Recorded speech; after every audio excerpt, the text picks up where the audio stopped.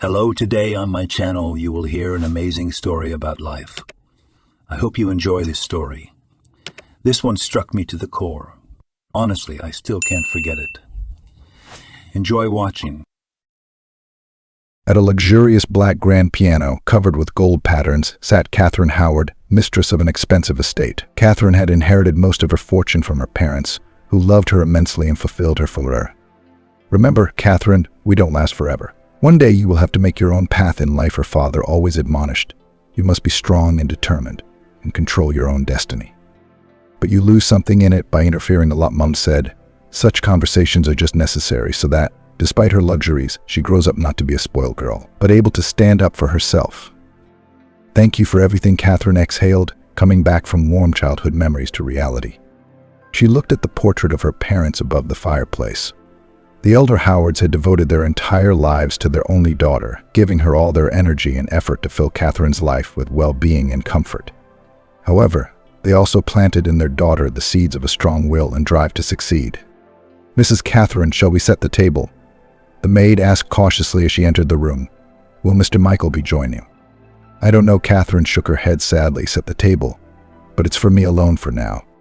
It wasn't long ago that Catherine had wed an ordinary man, not a rich man as was the custom among the people in her circle. Catherine had always appreciated simplicity, a lack of prejudice, which was what set Michael apart from the successful and wealthy men she could have chosen.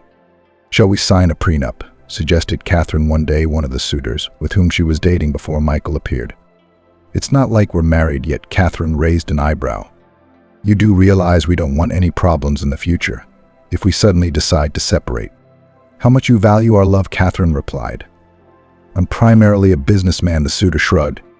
They were all like that, practical, obsessed with money and rules. But Michael was different, sensitive, romantic, understanding. He already on the first date managed to make her head spin, and therefore in love to the years Catherine chose him, a man who made her feel genuinely happy and attractive. "Is Mr. Michael working late again?" the maid asked, arranging the dishes on the table. "Yes, working hard for our family," Catherine nodded. "I envy you, finding such a good man," said the maid. "I want to be happy too." "Don't be sad. We will find you a husband," Catherine smiled sadly, "and you'll be even happier." Catherine turned away, looking wistfully out the window. Who would have thought that happiness would prove so short-lived? Even though Michael made it look like he was working, it was clear to Catherine that he was far from ambitious and would never reach her heights. "Maybe you want to start a business or do some work," Catherine asked her soulmate from time to time. "I have a great job that I really like." Michael only shrugged his shoulders. "But what kind of job is it? I still haven't figured out what you do for a living." "I'm luck's favorite." The rest of the details would be too boring, Michael guffawed as always. Catherine was angry, but always reminded herself that she had chosen this man precisely because he didn't seem like an asset-crazed snob. Yes, Michael seemed devoid of ambition, but they often spent time together, immersed in inspiring conversations about life, their dreams and plans. Despite his shortcomings, he was very romantic, attentive, always ready to support and protect his beloved. And before, it seemed that this was quite enough. Suddenly, the front door slammed, making the lady of the house and the maid flinch. "I'll go get a second set of cutlery," the maid smiled. "Of course, thank you," Catherine nodded. She herself got up from behind the piano and went to greet her lover. Yes, I am in the process.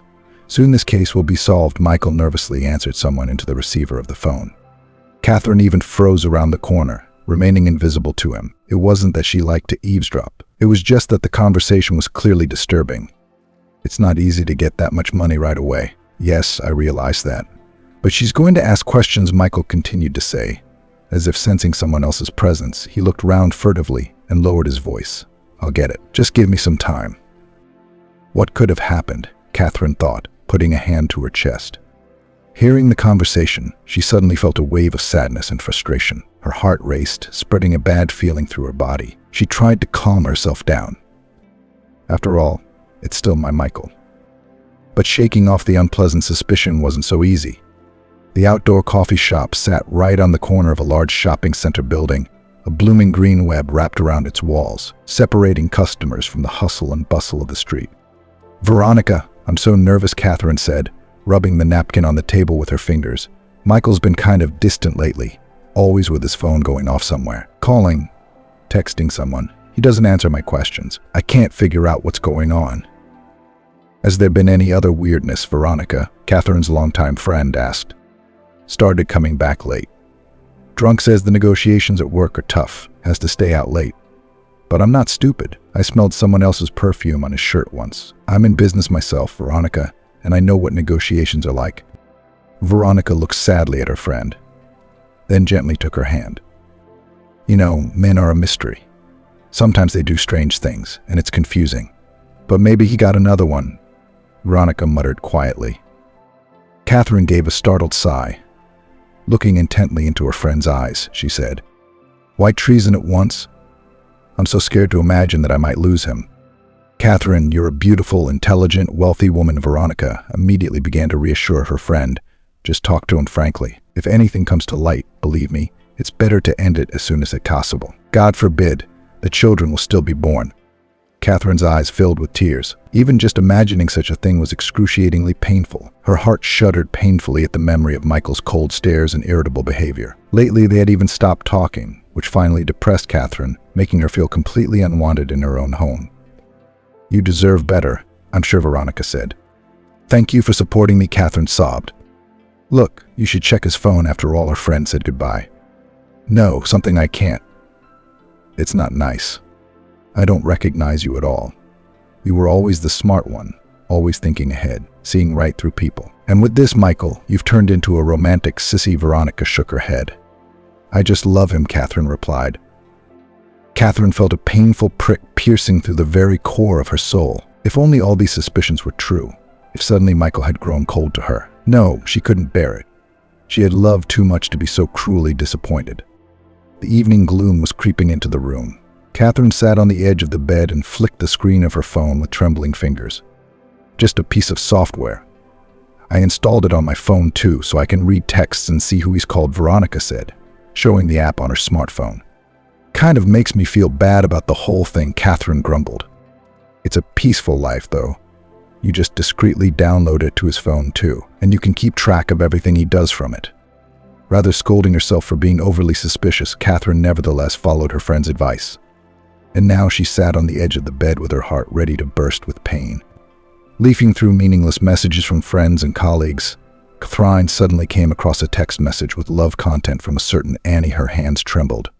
Her breathing became heavy and rage and resentment blazed in her eyes. "How dare he?" Catherine hissed.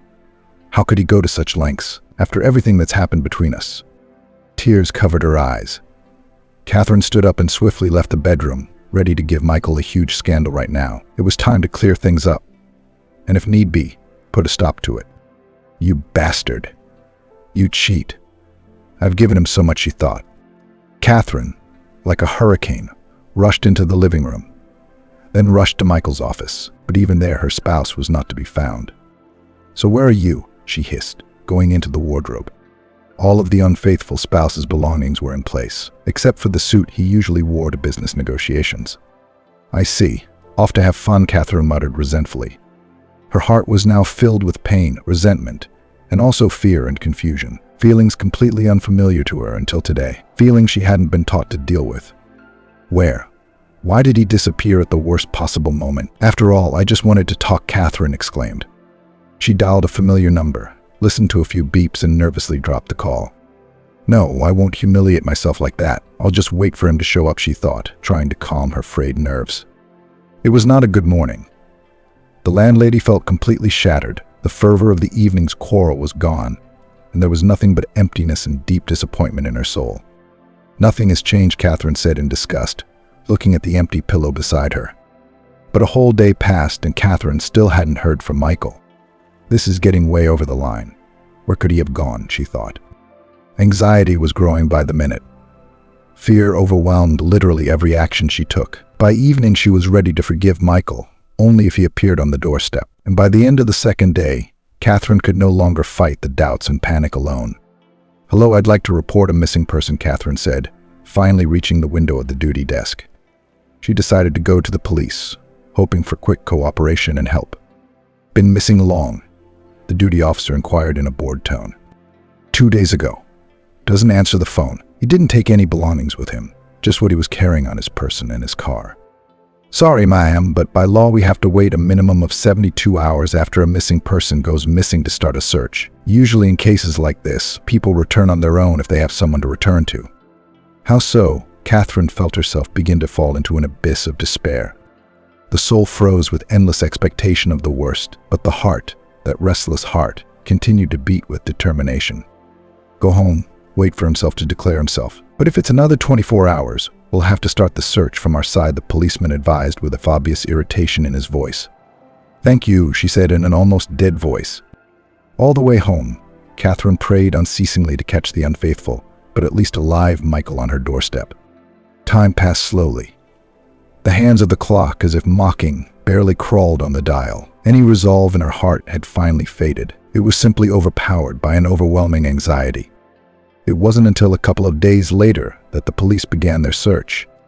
We've checked with the cameras to see where he last drove his car, and here the policeman hesitantly held out a photograph to Catherine that showed the burned-out car.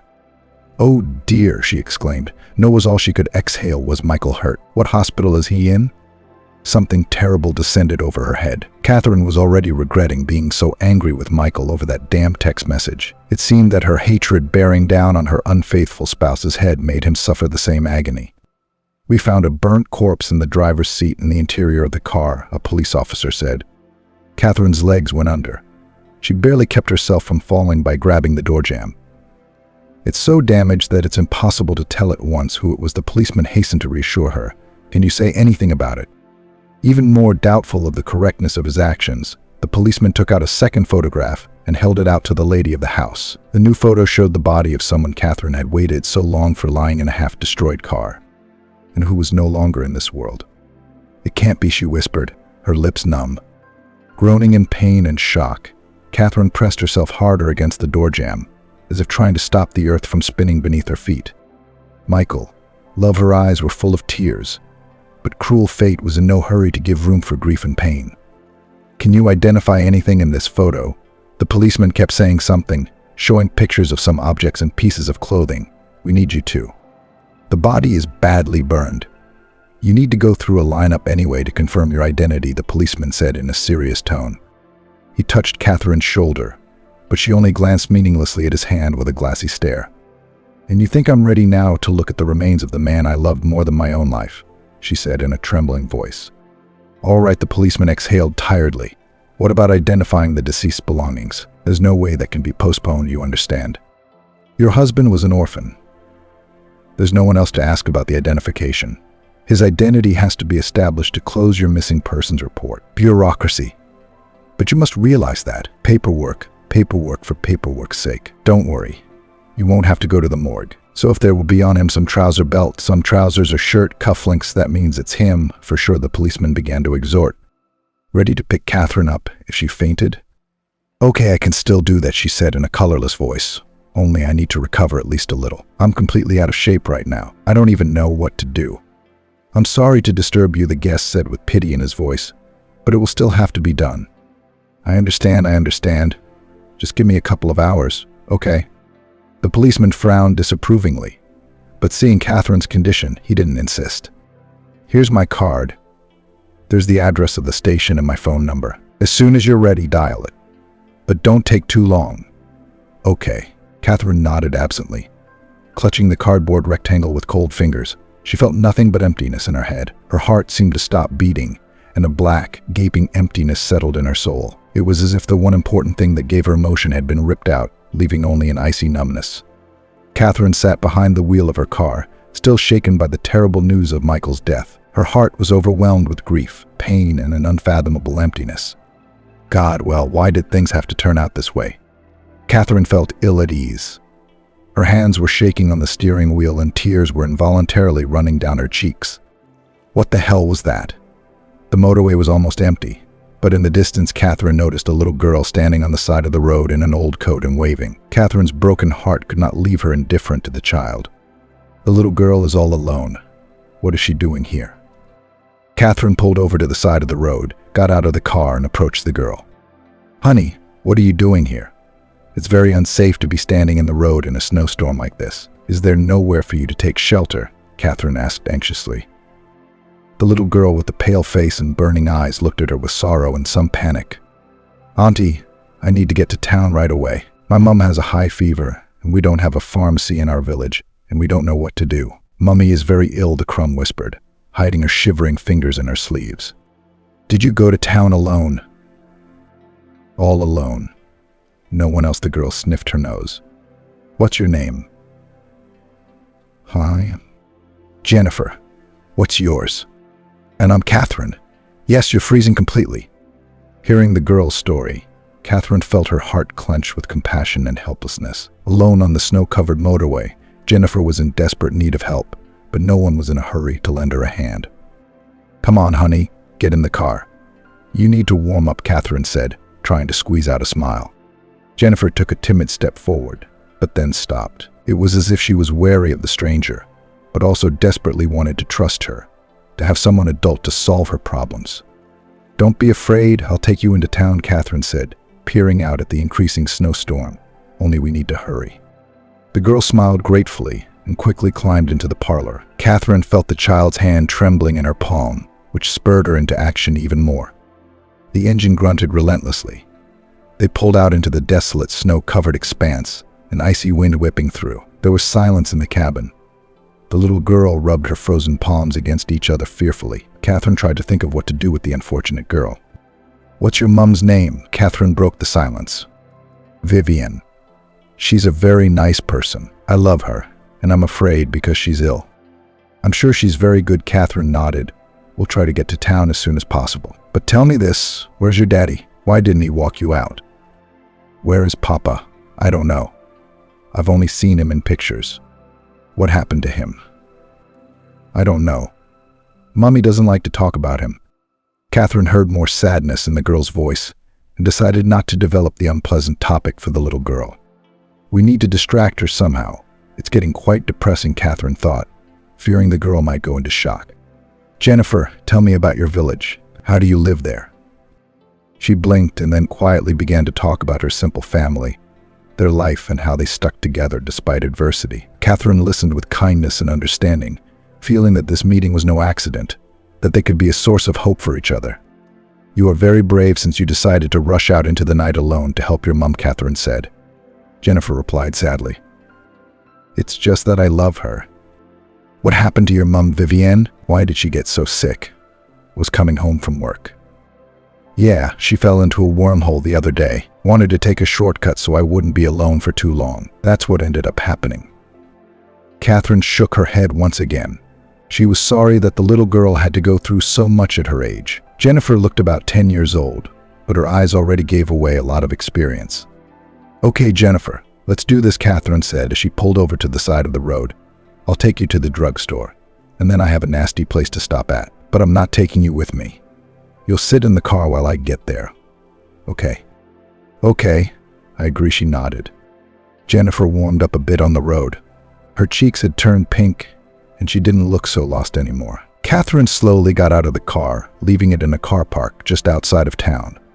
She looked back at Jennifer and decided it was best not to take her with her. This place is too gloomy, Catherine thought. Where she was going was too frightening for more than just a young soul. Hello, anyone here? Catherine said hello. Hello. The same policeman she had already seen earlier today spoke again. I never bothered to ask your name, Catherine muttered guiltily. Albert the man nodded. Come along. This room is where all the stuff is laid out. Entering the storage room, Catherine struggled to hold back tears. That's his jacket, she whispered. Her voice trembled with emotion. I recognized that color of the texture. It was definitely Michael. Are you sure? Yes, I'm sure. I bought it myself. Catherine shook her head. She slowly lowered the jacket back onto the table and looked around at the other items. Each of them bore witness to a life, a love, a betrayal that may have been the cause of Michael's death. I sympathize with your grief, Albert said quietly. Go home. You're going to need a lot of strength. Back to the car, Catherine walked with a heavy heart. In the silence of the night, all alone, racked with grief, Catherine was alone with her thoughts and memories of the dead man. An even greater longing filled her heart.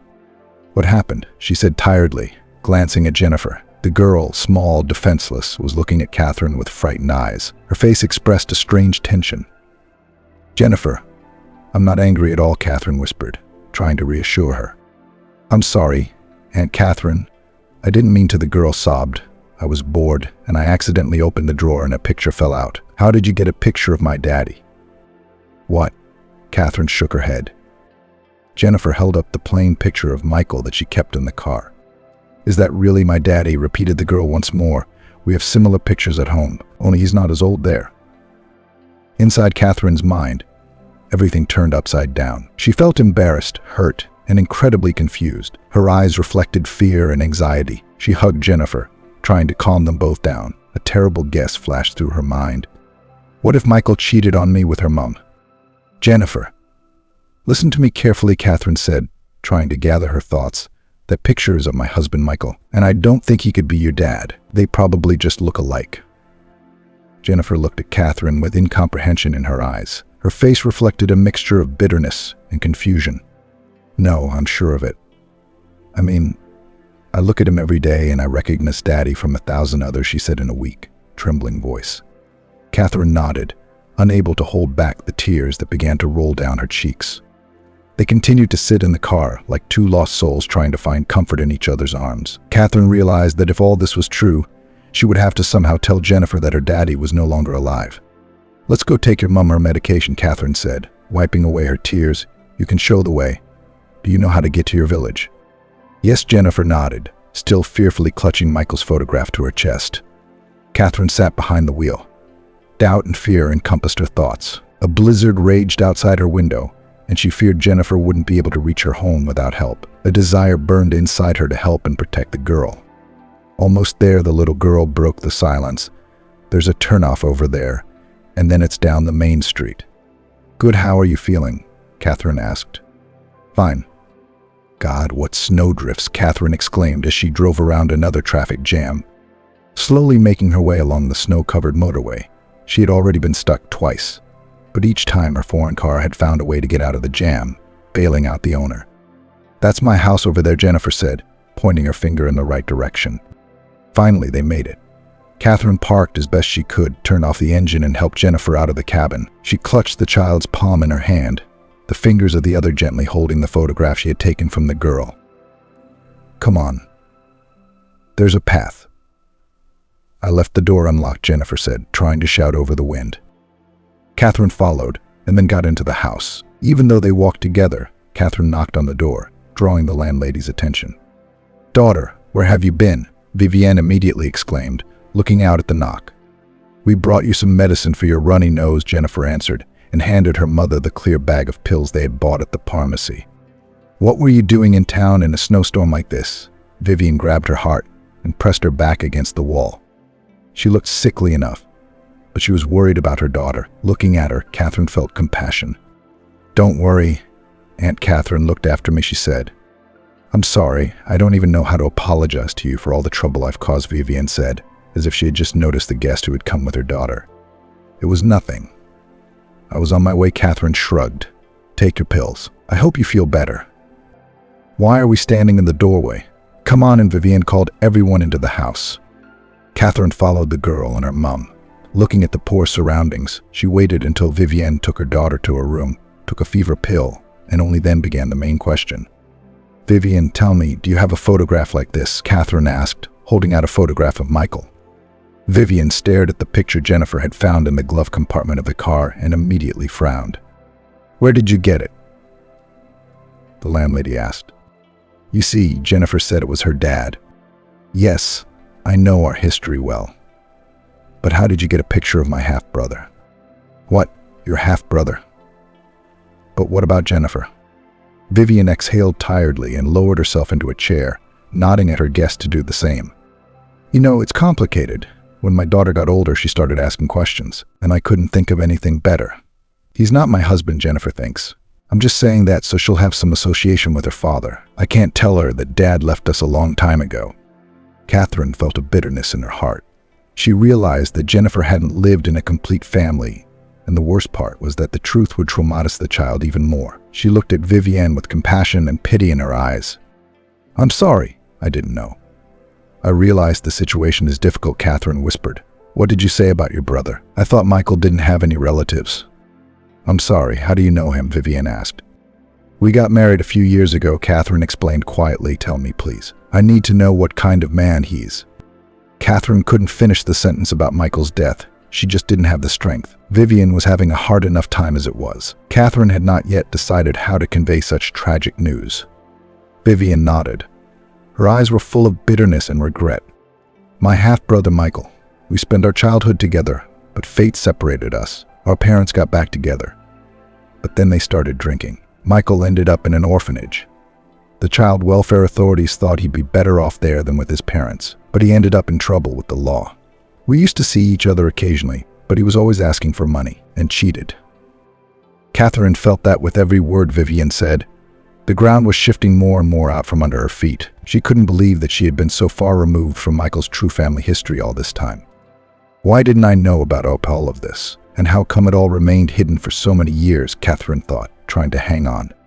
I've never heard anything objectionable about him, she said in a shaky voice. Vivian said with a shaky voice. Apparently, Michael was good at hiding his problems. He was a skillful swindler, cleverly disguising his real identity. We were all deceived. Catherine felt defeated. Catherine looked at Vivian, seeing the reflection of her own emotions in her eyes. Pain and disappointment encompassed them both. What are we going to do now? Catherine asked and exclaimed. You'll probably go home and I'm sorry, I'll keep lying. Not much will change in the world for a daughter. But believe me, you were living with a man you didn't know at all. Michael died a few days ago. I went to identify his belongings today because the body was so burnt that there were no distinctive marks. Vivian suddenly coughed. Look, I'm sorry that Michael was able to cause you so much pain, but you really don't know what you're talking about, Vivian said with difficulty. I won't believe he's dead until I see it with my own eyes. And even then, I won't accept 100% probability. My brother has done me a great deal of harm in my life. She shuddered with coughing again, clamping a tissue over her mouth. Well, I'm sorry to bother you. I should probably go, Catherine said, embarrassed. I'll be on my way. Sorry again, of course. And thank you, Vivian breathed out, walking out into the hallway. Catherine sighed with some relief. The difficult conversation about her dead husband was over, at least for this day. She felt like she needed to leave, to go home, to digest everything that had been said. But when she stepped outside, she met a wall of snow. There's no way to get through, Catherine whispered. Looking around, we'll have to wait until morning or hope that someone will drive by and help. There was really no point in hanging around outside waiting for someone. The wind was blowing harder and harder, so that no one in the whole village thought of turning their nose up at the street. You'll learn, Catherine muttered, walking back into the hallway. She returned to Vivian's house and found her and Jennifer in the living room. The atmosphere in the room was peaceful, as if they had created their own little island of warmth and comfort in this snowy captivity. Nothing had really changed for them with Michael's death, just a little family that continues its little life. Catherine, you're back, Vivian said in surprise. The road snowed in. I can't get out, Catherine shrugged. Can I stay here until some help arrives? Sure, stay as long as you need to. I'll make up a bed for you on the sofa. No, that's okay. Can you tell me where you have a tractor around here? Can I rent one? You won't see anyone until morning, Vivian shook her head. Vivian said, Stay. Catherine nodded gratefully. She realized that Vivian and Jennifer had their own difficult experiences, but despite that, they had opened their doors for her to help in her talb. Unhull. Catherine sat down in the chair next to them and allowed herself to relax a little. Catherine, are you all right? Why are you sad? Is it because of the road? Jennifer asked. No, darling. I'm just a little tired. Inside, however, mixed emotions raged. Catherine was still worried about talking about Michael, but now there was added anxiety about her future. She felt confined, trapped in this snowy captivity, and it made her feel helpless. Jennifer climbed out of her mother's embrace, walked over to Catherine and put her hand on her knee. So let's you and I find something to do to take our minds off of everything. Maybe play some board games or watch a film? Catherine smiled gratefully. She realized that she needed to take her mind off her thoughts and let herself enjoy the moment. She agreed, and together they spent the evening playing. And even for a couple of hours, she stopped thinking about her collapsed life. Spending a few days visiting Vivian and Jennifer had to be done. Catherine struggled to get out of the snow, barely clearing the roads with the tractor, and headed home. Thanks for the shelter, she said goodbye to Vivian. It was nice to meet you. Come round again sometime. Jennifer seems to have grown fond of you. Catherine had so much to do, including organizing Michael's funeral, that her heart was pounding with tension. Every minute was precious.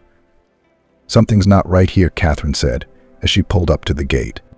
As soon as she stepped out of the car, she felt something wrong. Catherine entered her house and her eyes turned to the ruined room and the open safe. The money meant for Michael's funeral had been stolen. It was as if the key had been thrown on the floor on purpose, taunting the landlady.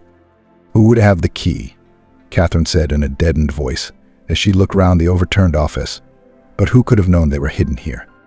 Her heart clenched with grief and rage. She realized that all of this had happened while she had been at Vivienne and Jennifer's. But who was ruthless enough to rob her house?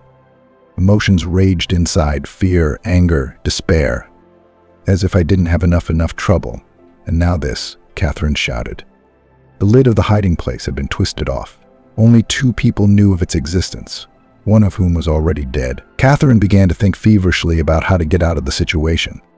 "Okay, let's say I still have some money left," she said, pacing around the overturned office. "It should be enough for Michael's funeral." But Catherine immediately restrained herself. She couldn't afford to doubt or get upset right now. It was necessary to gather all her strength to organize the farewell ceremony.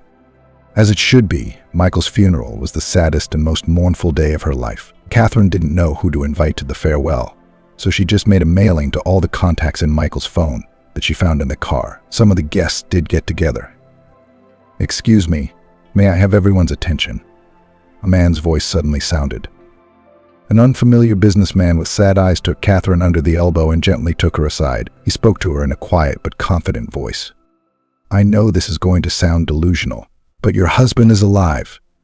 He borrowed a large sum of money from me and paid it back yesterday. I don't know where he got it from, but I saw him with my own eyes, alive and unharmed." The businessman's words literally pierced Catherine, making her heart sink. It can't be, she breathed out, trying to cope with shock. Michael burned up in that car. There was no way he could have survived. "Maybe there was someone else in the car," the businessman replied.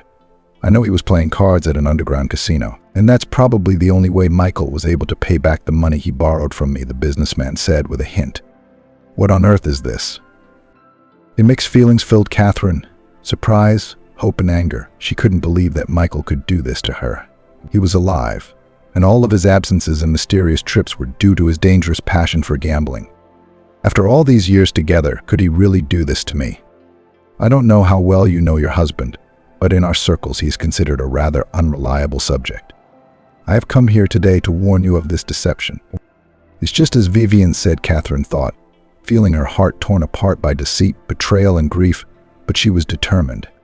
She had to find out the truth, find Michael, and make sense of all the chaos that had engulfed her life. Catherine was badly shaken by the revelations of the businessman, who later introduced himself as Bill. Now she understood. Michael's constant absences had a connection with his passion for gambling. Everything began to make sense. And now Catherine finally understood why her husband so often disappeared and returned with money. There was no business, just cards. "Strange that in the end only you, in fact a stranger, came to help me," said Catherine. "I have nothing better to do," Bill shrugged. The man with sad eyes, in addition to everything else, turned out to be a widower. At first Catherine was wary of his help, but then she realized Bill is really just lonely, and this adventure helps at least a little variety of life after the death of his wife. "So, look," Bill said, showing some papers. "I've spent days and nights constructing a logical chain of events."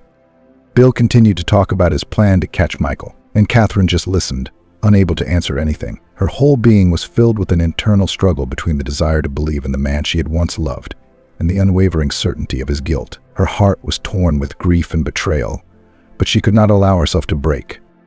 "Anyway, then I hired a detective, and he tracked Michael down at the flat," Bill said. What? Catherine perked up. "Well, Michael just moved all the loot to another place and didn't even think to hide it somewhere until better times. I'm sorry, I didn't wait for your approval and just called the police." "Why didn't you consult me?" Catherine was instantly turned on.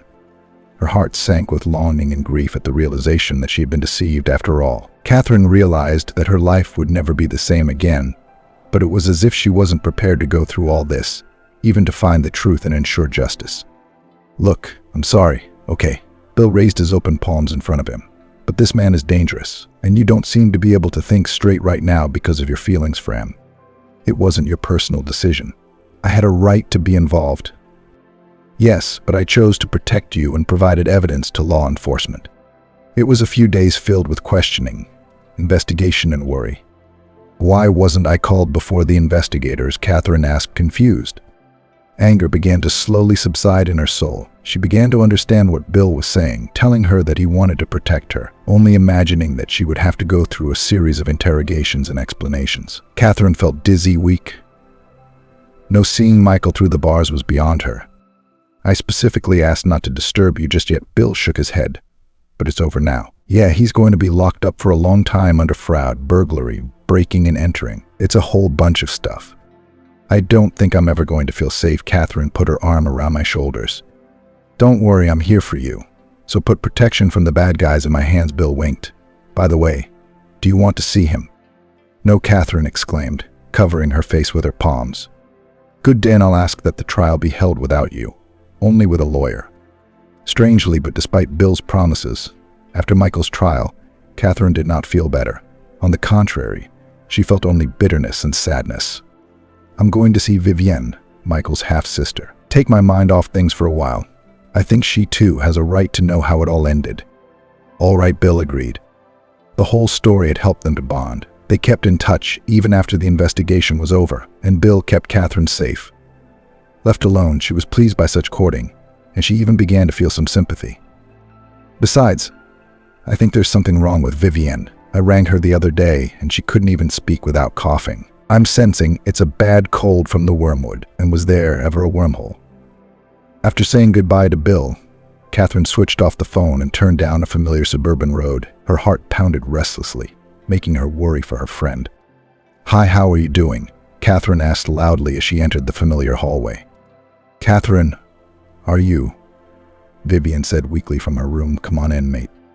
"You're not well at all," Catherine said excitedly, finding her mistress lying on the bed. Jennifer's mother looked haggard, thin. "It's nothing. I just didn't sleep well," Vivienne said, dropping her hand to the sheet. "Even Jennifer doesn't believe you anymore," Catherine said reproachfully. Now more than ever she realized that the situation with the illness was more serious than she had expected. "That's enough pretense. Let's go to the hospital," Catherine said sternly. "No way. I'm not going anywhere, and don't even argue." Catherine helped her friend into the car, and 40 minutes later they were already in the emergency room of the best city clinic. "Here is the patient I asked about," said Catherine, saying hello to the doctor who came out to them. "Well, let's do an examination," Mr. Carl smiled. The hospital took the necessary tests, and a few hours later Catherine received the terrible news. Vivienne was found to have cancer in an advanced stage. "I'm sorry, your friend delayed too long." The doctor waved his hands. "But there's something that can be done, isn't there?" Catherine exhaled doomedly. "I'm sorry." The news hit her heart. Catherine realized with a shudder that time was now working against them. "Tell me, will she be discharged?" "I wouldn't advise it.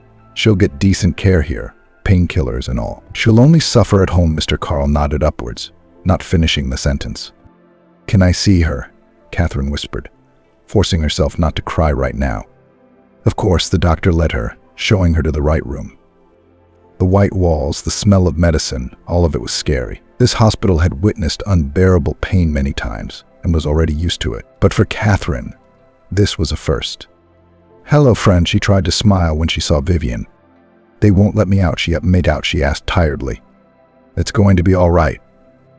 "Yeah, I realize it won't be." Catherine pressed her palms to her face to wipe away the hot tears. It was unbearable to watch Vivienne fading, but she had to hold on for her friend's sake.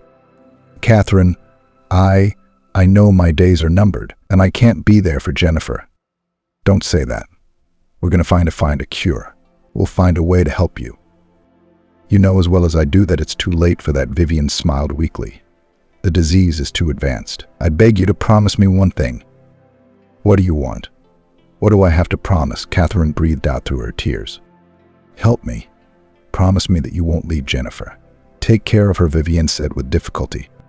"You know I'll do anything to help her," Catherine said, squeezing her friend's hand. "Thank you, Catherine.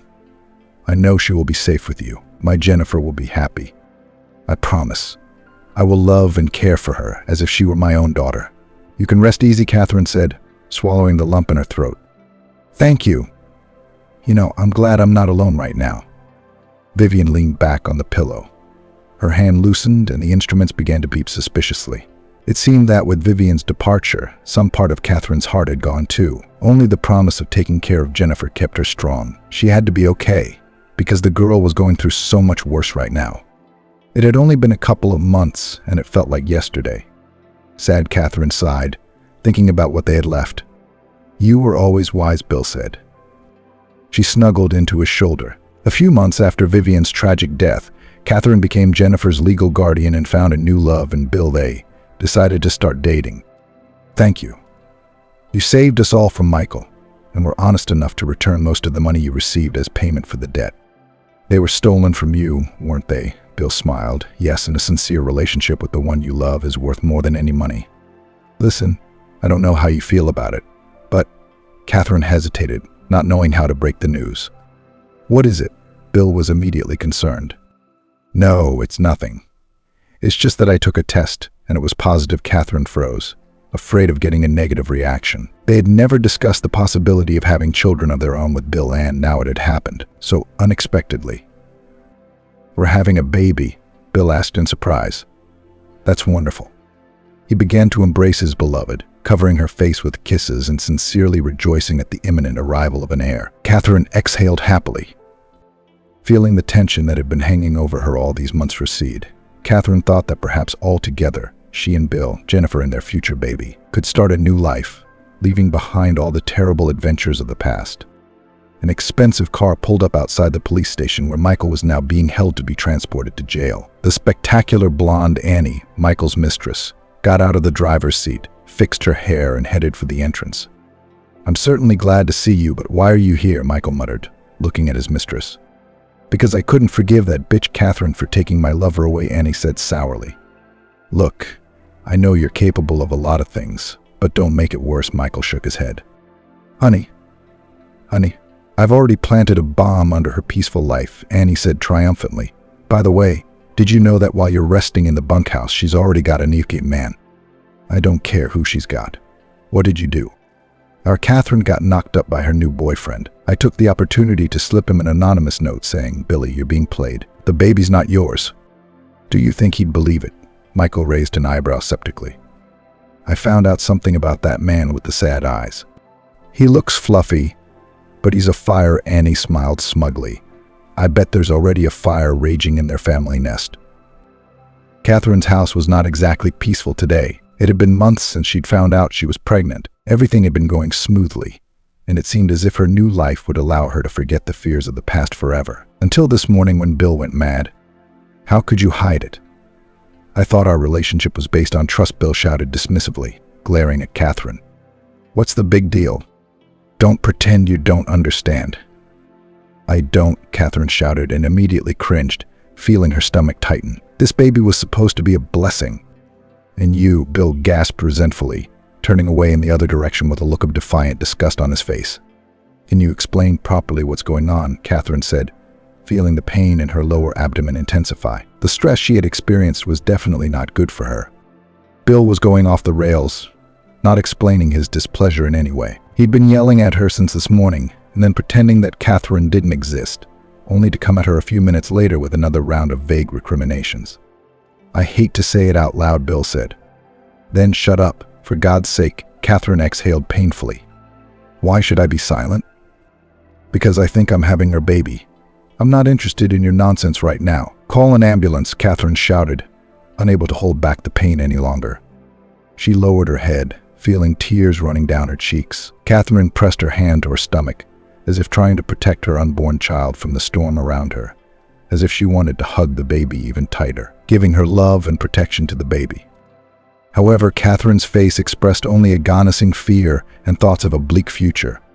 The incredible tension and stress caused by the monstrous quarrel played a cruel joke on Catherine. Due to nervous tension, she ended up in hospital and struggled for days with the threat of miscarriage. She was on the verge of tears, afraid for her child and disappointed that some anonymous note had managed to cause such pain to their family.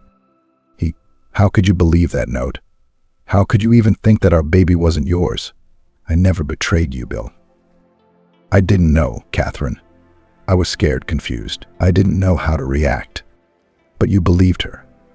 You believed this evil lie that no one knew."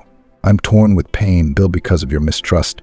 Because of this fight, our child is in danger, Catherine exhaled bitterly.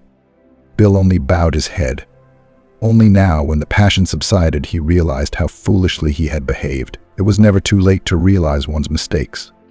But because of his absurd behavior, they had almost lost the baby. Catherine, I'm so sorry. I was stupid. I didn't mean to do that kind of damage. I really didn't. I shouldn't have reacted that way. I should be supporting you, not making things worse, Bill said. Catherine leaned back tiredly on the pillows of her hospital bed. She could feel the irreparable damage that had already been done, felt her heart just bursting with anxiety. What if another letter came tomorrow?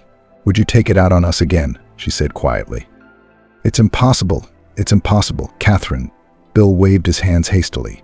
While you were in the hospital, I had my people, who helped to bring Michael to the surface. Check who planted the anonymous letter. They found that several cameras had captured. I'm not interested in your detective games, Catherine closed her eyes tiredly. We have to show our daughter and son that we love them regardless of all this. We have to be strong, overcome this pain, for them and for us. Yeah, that's right. That's why I did everything I could to keep our family safe in the future, Bill said. In the end, we found out from the cameras that it was Michael's mistress. A certain Annie, she works at your company, by the way. What? Yes, but I've already informed your security team. They're going to look into why she has so much free time to go around during the workday, planting anonymity. It turns out, Catherine shook her head. I'm sorry. I promise it will never happen again. I can protect you from all the schemers, Bill promised fervently. Taking her palm in his hand, I did make a stupid mistake. I got nervous. I gave in to doubt. But I realized that without you, I'm not happy. Even if it wasn't my baby, you're my joy, my sunshine. And look, who else is here? He left the room and returned with Jennifer. Mom, Catherine, you're not going to heaven like Mummy? Are you? The little girl asked. Of course not. On the contrary, soon I will come back to you with a brother or sister. Catherine smiled happily, hugging her daughter.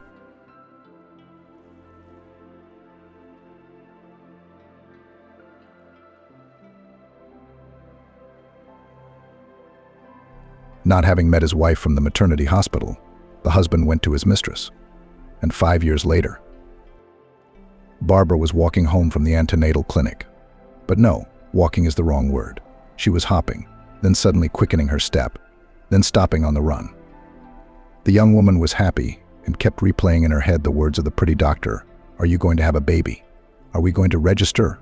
Or do you have other plans after such a provocative question? Barbara almost angrily retorted. Did you really think I would want to terminate the pregnancy? The doctor smiled. Why were you so shocked? You're young, you're beautiful. According to the examination, you're perfectly healthy. Now girls like you, trying to make a career, make their way to the top, and strengthen themselves on the material Olympus. Only then, in their 30s, do they think of procreation. You're only 21. Things happen. You and your husband are still students, I take it? The woman's doctor was right on the money. She and Calvin were still in their 4th year of university. He's a lawyer-to-be. She's a philologist. But their flat is not a rented one, but a real one, their own. They live in 2 cozy, spacious rooms. It was the parents on both sides of the family who had splurged on the apartment as a wedding present. Barbara lit up with pleasure, imagining Calvin's delight at her news of the addition to the family. They'd been married for 3 years, but things had somehow never worked out before with a baby. She'd even dragged her husband to a consultation at an expensive private clinic, where they'd been examined from top to toe. The summary was pleasing. Both are practically healthy. No physiological incompatibility is observed. Be patient for 1 year to 3 years if you are not specifically using protection. Lack of conception is considered normal, they were told at the clinic. Barbara smiled slyly at the time.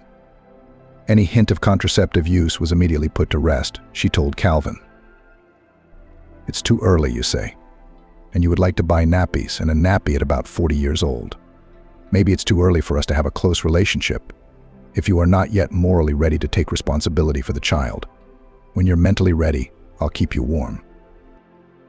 Calvin agreed with her reasoning pretty quickly.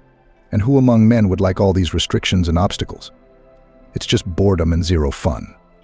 The subject was once and for all closed. Except that once a month, Barbara's mood briefly soured. Her body signaled that she was, alas, not pregnant again. In the years of reckless youth, such disappointments passed quickly. Calvin would drag her out to a nightclub, to the cinema, or to her favorite pastry shop. Then they'd sit side by side, cramming notes, each on a different subject, serious ones. Calvin liked to quiz her on the U.S. Penal Code, testing his memory at the same time. Nonsense's wife judged through gritted teeth with a disapproving look. I can't get those laws mixed up. I know the criminal code almost by heart, unlike you. So who are you giving a stern look to? Honey used to look tough when he was a lawyer. The world of crime is not a family life. Spell it with an I.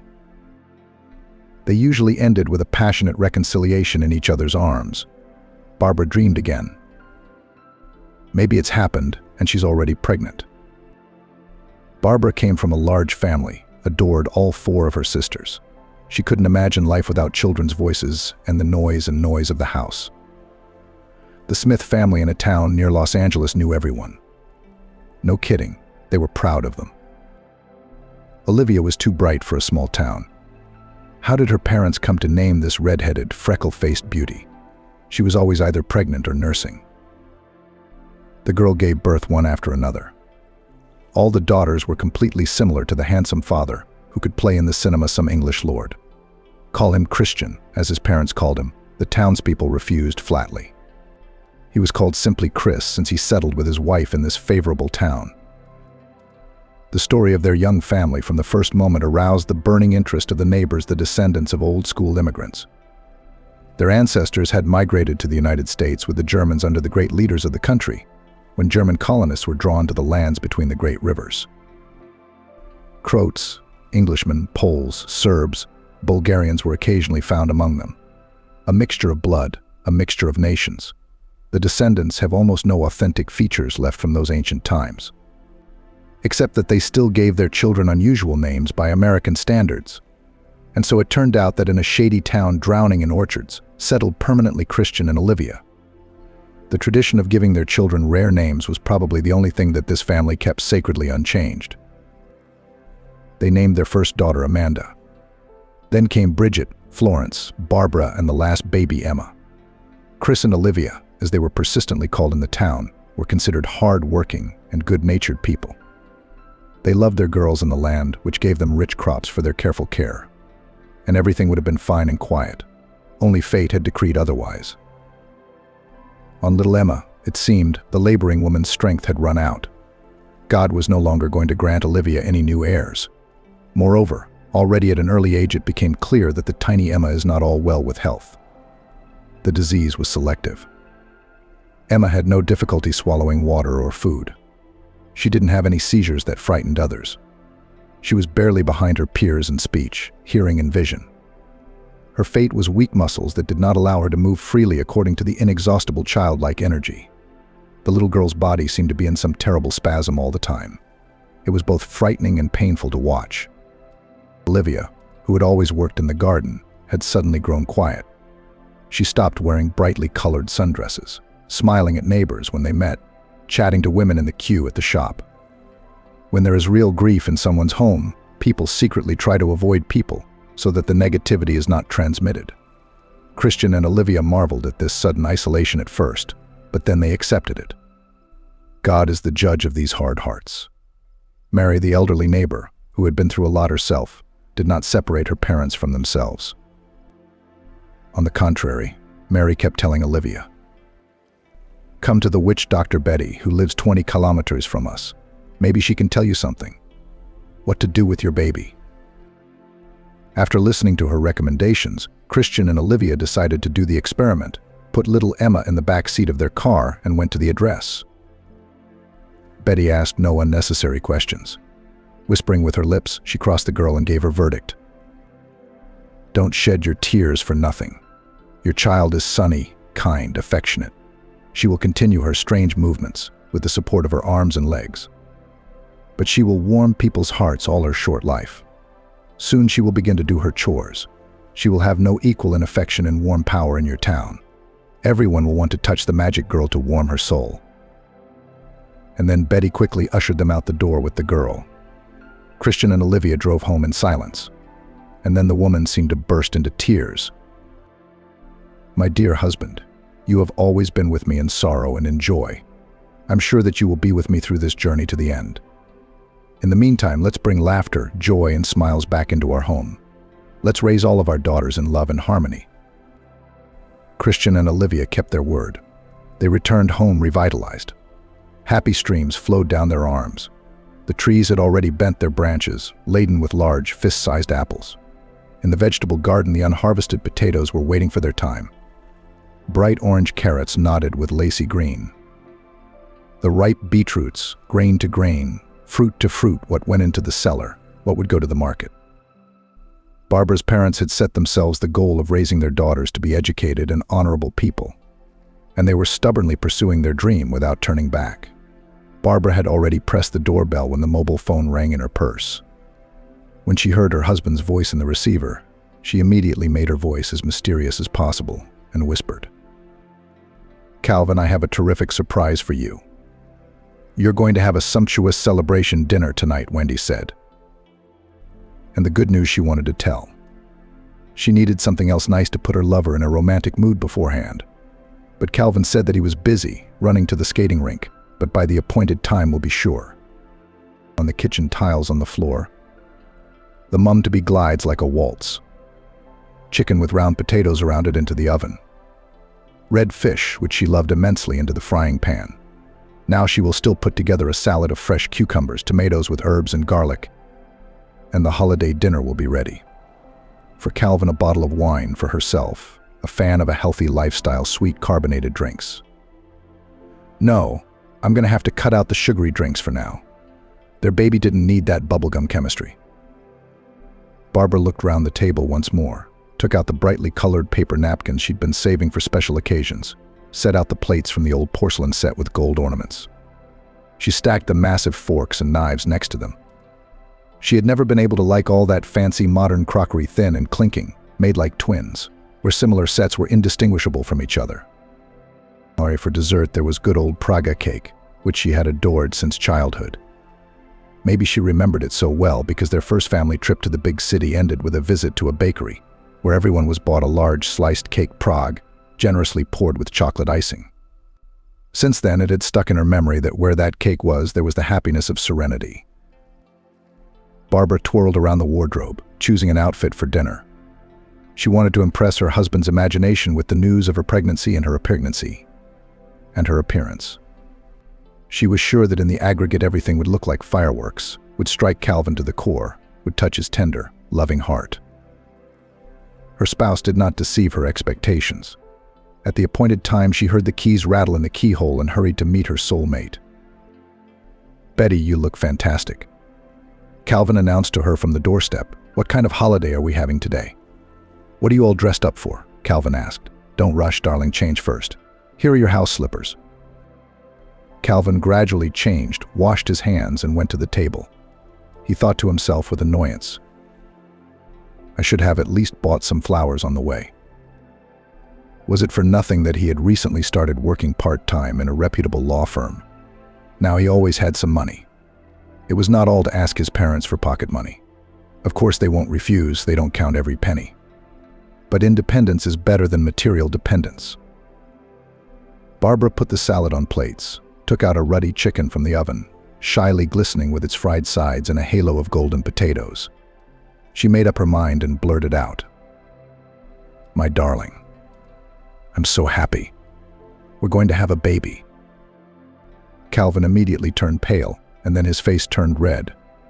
He almost choked on his wine, and then asked fearfully, angrily and sharply, "Are you sure? Have you been to the doctor?" Barbara looked up at him in surprise and thought for the first time that she didn't appear to know this man or his reactions well. It's a shock. Calvin, meanwhile, came to his senses and unleashed a harsh, implacable monologue. "You've had enough. All the adventures you wanted. Pram, cot, porridge, sleepless nights. Have you thought about me? Am I ready to be a dad at 22?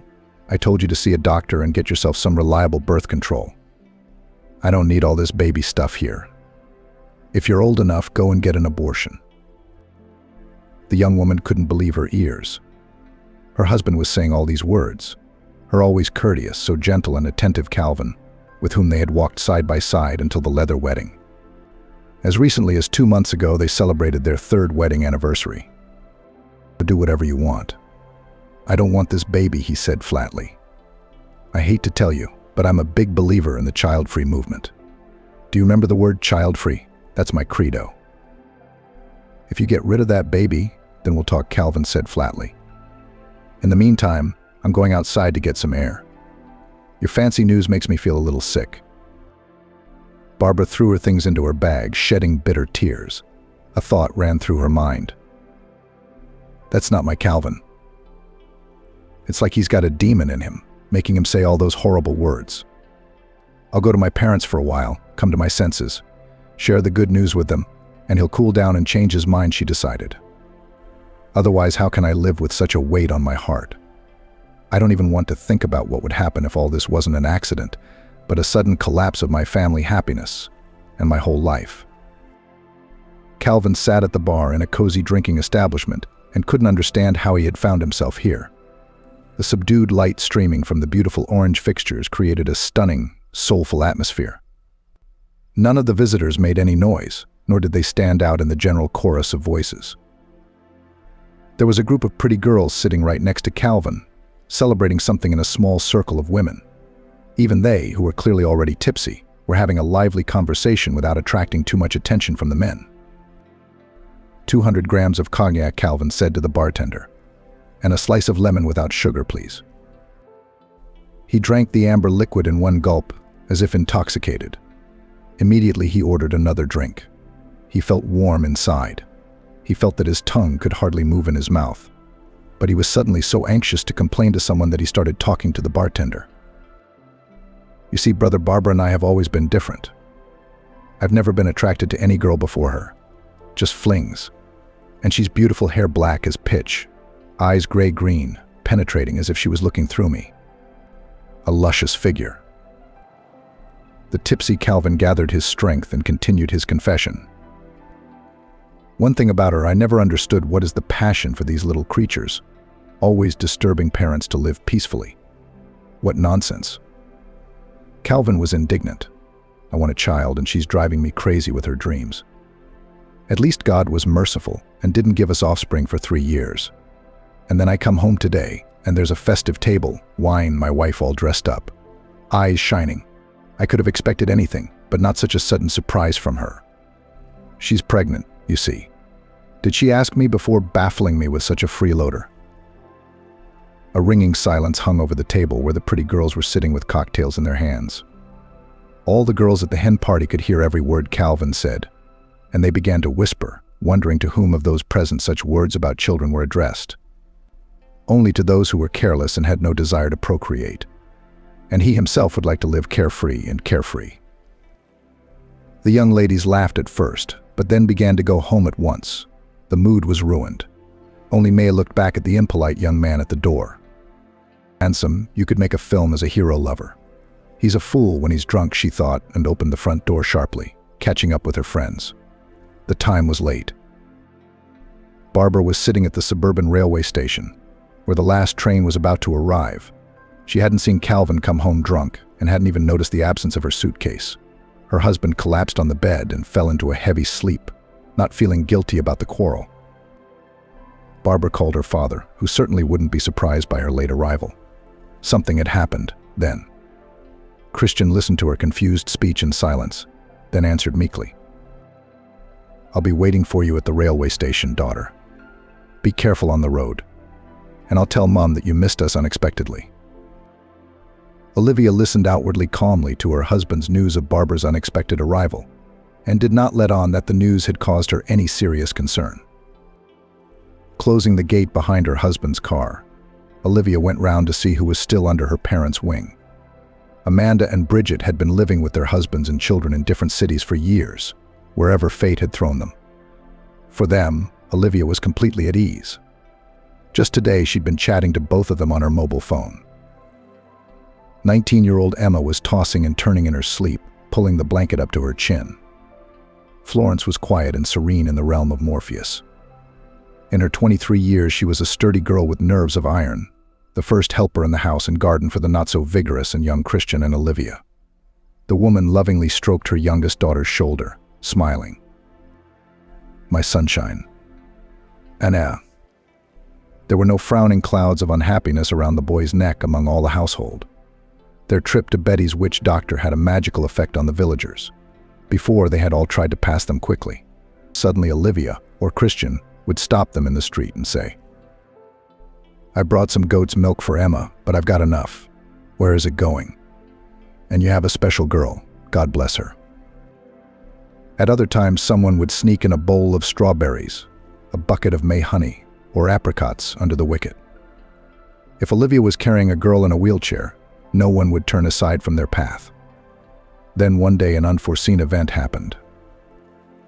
2 yards away from the Christian family home lived another family with many children. They knew no grief, only there were boys growing up one after another. Their mother, Agnes, worked on a farm. Their father was a trucker. He drove cargo all over the vast country. No one could say how it happened that they went off and climbed up to the barn. After work, grandmother looked after them in the farm, but that time she lost sight of them. They managed to climb up to the high roof without any obstacles. But how to climb back down? They didn't think about it at the age of 3 or 5. Nothing sensible went into their heads. "Jump down onto the straw," suggested the eldest of them. To his misfortune, the little one jumped down, and he fell unluckily on his back, breaking his still fragile spine. Agnes, who had come from the cows at the cries of the neighbors, picked the boy up and dragged him to the infirmary. But it was impossible to touch him with such an injury without qualified medical assistance on the spot. The young body eventually fused the broken bones in the wrong way. The boy remained somehow bent, and when he grew up a little, his legs stopped obeying for good. He was taken to the regional clinic, and the doctors there consulted with foreign doctors. The verdict was the same: it was impossible to help the boy. Now he would have to live like that until he was old. Agnes, in her 35 years, turned into an old woman in a flasher, and her husband's temples were thickly grayed. She would look at her son, sigh in silence, and then she would be off again. There was a sepulchral silence in the house. Not a laugh from the younger boys, not a groan from the most crippled child. It was as if everything had died out. And then one day Agnes came to Olivia's house to get a pair of scissors to trim the excess branches on the trees. And in the house, Olivia Emma was just sitting by the window with a book. She raised her bottomless brown eyes to Agnes and held out her hands to her. Agnes was surprised the girl came up, took her hand, and remained silent. And Agnes felt a warmth flowing through her veins and veins. Believe it or not, a heavy stone had fallen from the shoulders of the blameless mother. She looked at Emma carefully, thinking that this girl was not destined for a happy life either. And how kind and warm her face glowed. At home, Agnes immediately started cleaning, baked cakes, and read stories to the boys. She bathed the eldest, changed his clothes, and put him on a high bed with a mountain of pillows under his head. Now she had other thoughts in her head. Fate is hard on us. But my boy is alive and with me by my side. Time will tell how long we both have to live like this. But I will try to make him learn everything that his maimed body will allow him to do. Get the sadness out of the house. You will not break us, but the miraculous warmth, which can heal the soul and guide those on a positive path who do not see a way out of a difficult situation. The news soon spread throughout the village. Some ironically dismissed it, others decided to test her gift for themselves. Moreover, one gossip girl claimed that the girl was a sorceress, bringing her out into the open. And it turned out to be the other way round. When Emma stretched out her hands, which could give warmth and comfort, the woman was like an electric shock. And the girl's arms and legs began to twitch so violently that Olivia, who was sitting nearby, was frightened. "Little witch," shrieked Agnes, the experimenter. "You electrocuted me, you charlatan." Emma didn't say anything back. Olivia, on the other hand, was not confused. "That's how I knew I shouldn't have let you in the house." Her neighbor, how many people go to her house? It's never happened before. Her daughter, who had already arrived, stopped her. "Mum, don't. Everything is fine." The girl had never mastered long sentences, but it was always possible to understand her speech. Emma smiled briefly and took another look at the woman who had come for her warmth and added, "She won't come again." It was impossible to conceal any incident in a small village. The villagers believed even more now that Emma was a child with an extraordinary gift for soothing the heart and soul. Since then, her abilities have never been abused unnecessarily. And when they did, they always wanted to be near the sunny girl and soak up her positive energy. Olivia was distracted by the sound of a car pulling up to the house and hurried to meet Barbara and her husband on the doorstep. "Barbara, honey, it's so good to see you. Your eyes are tearful. Is something wrong, daughter?" The woman quickly put the kettle on the cooker, took out from the shelf strawberry jam, vases with biscuits. By the way, why ask about something excited from the doorstep? Maybe their conversation won't be for men's ears. After getting everyone drunk on tea and sweets, Olivia sat down on the edge of the bed next to Emma. "Shall we talk about the good stuff or leave it till morning? The morning is wiser," she asked. Barbara stretched happily under the warm cotton duvet, took her mother's hand, and whispered, "I'll tell you all the details. Tomorrow, Mummy, I'll tell you the main thing: I'm having a baby. I am ready to go through any trials to make this baby come into the world." She said the last words almost through sleep, having time to think. "I'm home. It's so nice here." Olivia smiled understandingly back at her daughter, but she couldn't see anything else. "Here's another one of my blood, soon to be a mum herself.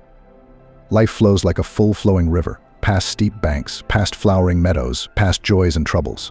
One generation succeeds another. No one can stop these laws of being." May had been stirring the sugar in her coffee cup for 10 minutes now, monotonously passing the teaspoon round and round, not even noticing that the flavored drink had long since cooled down. She couldn't get that man in the bar and his words about not accepting children in the family out of her mind, and was ready to announce it to the world. All the way back home, her girlfriends kept telling her he was wrong. Without a baby, a family will always be incomplete. Aren't infertile women the only ones who go out of their way to become mothers? May didn't share their enthusiasm. She liked to take a long look at herself in the mirror in the morning. When all the household had gone to work, she admired her perfect body without a single external flaw. And who needs this huge, ugly belly, turning a woman into a scarecrow, she thought. I could so easily have done without all this torment and ordeal. And who decided that motherhood is a woman's lot on this earth? Nonsense and nonsense. I may see my destiny in being the mate, or better still the wife, of a handsome man like the one I saw in the bar last night. To share his views. To live a life of pleasure together, just for ourselves, the ones we love. What's not a splendid plan for the rest of your life, May said aloud. She had not, of course, announced such a manifesto to the girls yesterday. These friends are already dreaming of a full family with all the consequences that entails. I wonder if that man is a regular visitor to their favorite bar, or was he there by chance? I should go there more often in case our paths cross again, she pondered. After a cold coffee and a piece of cake, May hurried to the university. Her diploma defense was in a few months' time, and her thesis report had nothing in it yet. She was going to get an earful from her supervisor. At 7, Calvin was awakened by the insistent melody of his favorite song. The lead singer of the band, with a strained, squeaky voice, right next to his ear, kept repeating, "You hate." God, he thought, waking up with a hangover, I wish I hadn't learnt German at school and university. The obvious translation wouldn't have got on my nerves then. The song was his favorite track. That's why he put it on his phone to his mum's call, as he lovingly called the woman who brought him into the world. Calvin had a surprisingly warm relationship with his mother. If his father once chased him for negligence in studies and laziness in sports, sending the boy to the section almost from the age of 5, his mother always took pity on him and fulfilled any whim. He simply could not answer her call. "Honey, what's wrong?" Mum asked him right off the bat. "You both haven't picked up the phone since last night. Did you go out with your mates on a weekday? Or are you so busy with your books that your ears are filled with knowledge like cotton wool?" Calvin tried to reconstruct in his head the events of last night, starting with his arrival home. He walked through the rooms, looked in the kitchen. Barbara was nowhere to be found. It was clear that his wife hadn't been home last night. "Mum, I'll call you back," he said sharply into the phone. "I can't talk now. There's something I need to find out." In a few minutes, Calvin knew that together with Barbara, their suitcase, with which they had recently traveled to the sea, had disappeared from the flat. His wife Barbara's personal belongings in the wardrobe had also disappeared. There was no point in even thinking about it. The young woman could only have gone to her parents. Calvin brewed himself a cup of coffee, found last night's dinner in the fridge, ate a cold chicken, and thought about it. Then he dialed his mother's number and went on the offensive. "Can you imagine? My wife is going to have a baby. How does it happen in this position?" and asked interestedly. Did she fly in or what? Was surprised by the potential grandmother on the other end of the line. "Can you imagine?" Calvin replied. "It was an idiot's dream come true to have a screaming baby at my disposal." "How can you be so rude?" The woman raised her voice slightly. "Son, in a normal family, a baby is a normal thing. A natural result of a man and a woman living together." "But you, mother, don't start lecturing me now," he interrupted. "I've already expressed my position on the matter. I offered her to terminate the pregnancy. But she's stubborn. She packed her bags and went to her parents in the suburbs. What am I supposed to do? Get on my knees? Talk her into coming home?" His impassioned speech had no effect. His mother's response was merciless. "You're going to clean yourself up right now. I can hear in your voice that you were pretty drunk last night. You're going to Barbara's parents, and you're bringing your pregnant wife home. Your father and I have always indulged your little foibles. We've spared you no expense, no effort. But I don't want my son to be a scoundrel, forcing his wife to run away from home when she's pregnant. Mum, but I don't want to become a father at 22, whimpered the misunderstood Calvin. This decision is final and cannot be appealed. His mother cut him off and pressed the disconnect button. Calvin realized that he was not even between hammer and anvil. On the other side of the barricade, where not only his wife but also his parents were the opposing side, he had no doubt that his father would also take his mother's side. With a frustrated sigh, Calvin headed for the shower. There was nothing to be done. He would have to go. He reached Barbara's hometown at about 3 in the morning. The day was slipping towards evening. The orange orb of the sun was slowly going to rest somewhere in the neighboring yards. Dogs barked, alarmed by its footsteps. It was as if the street had died out, though quite a few people had come out to the station with him. It was as if they had all vanished into thin air. There were no other villages nearby. A whole crowd got off the local bus with him. Many people knew him here, especially those who had enjoyed their wedding. They had celebrated it twice, so as not to offend anyone. First in the city, in a restaurant, in the circle of his parents' acquaintances, and then in the village, right in the yard to an old cassette recorder. And then, as usual, an accordion with folk songs. Calvin had never understood this rural tradition of inviting everyone to the table, but Barbara had told him straight away. A girl's wedding is her most important holiday. Even those young ladies who do not make a cult out of it dream of showing off in a white dress in front of many spectators, and I am no exception. Looking over the fence, Calvin noted that all his wife's family was at home. He'd have to confront his wife in front of witnesses. He pushed open the gate and froze. Olivia was looking at him from the window. He realized at once that she already knew about his quarrel with his wife. Yeah, well, there was nothing to do. He squared his shoulders and strode proudly to the porch.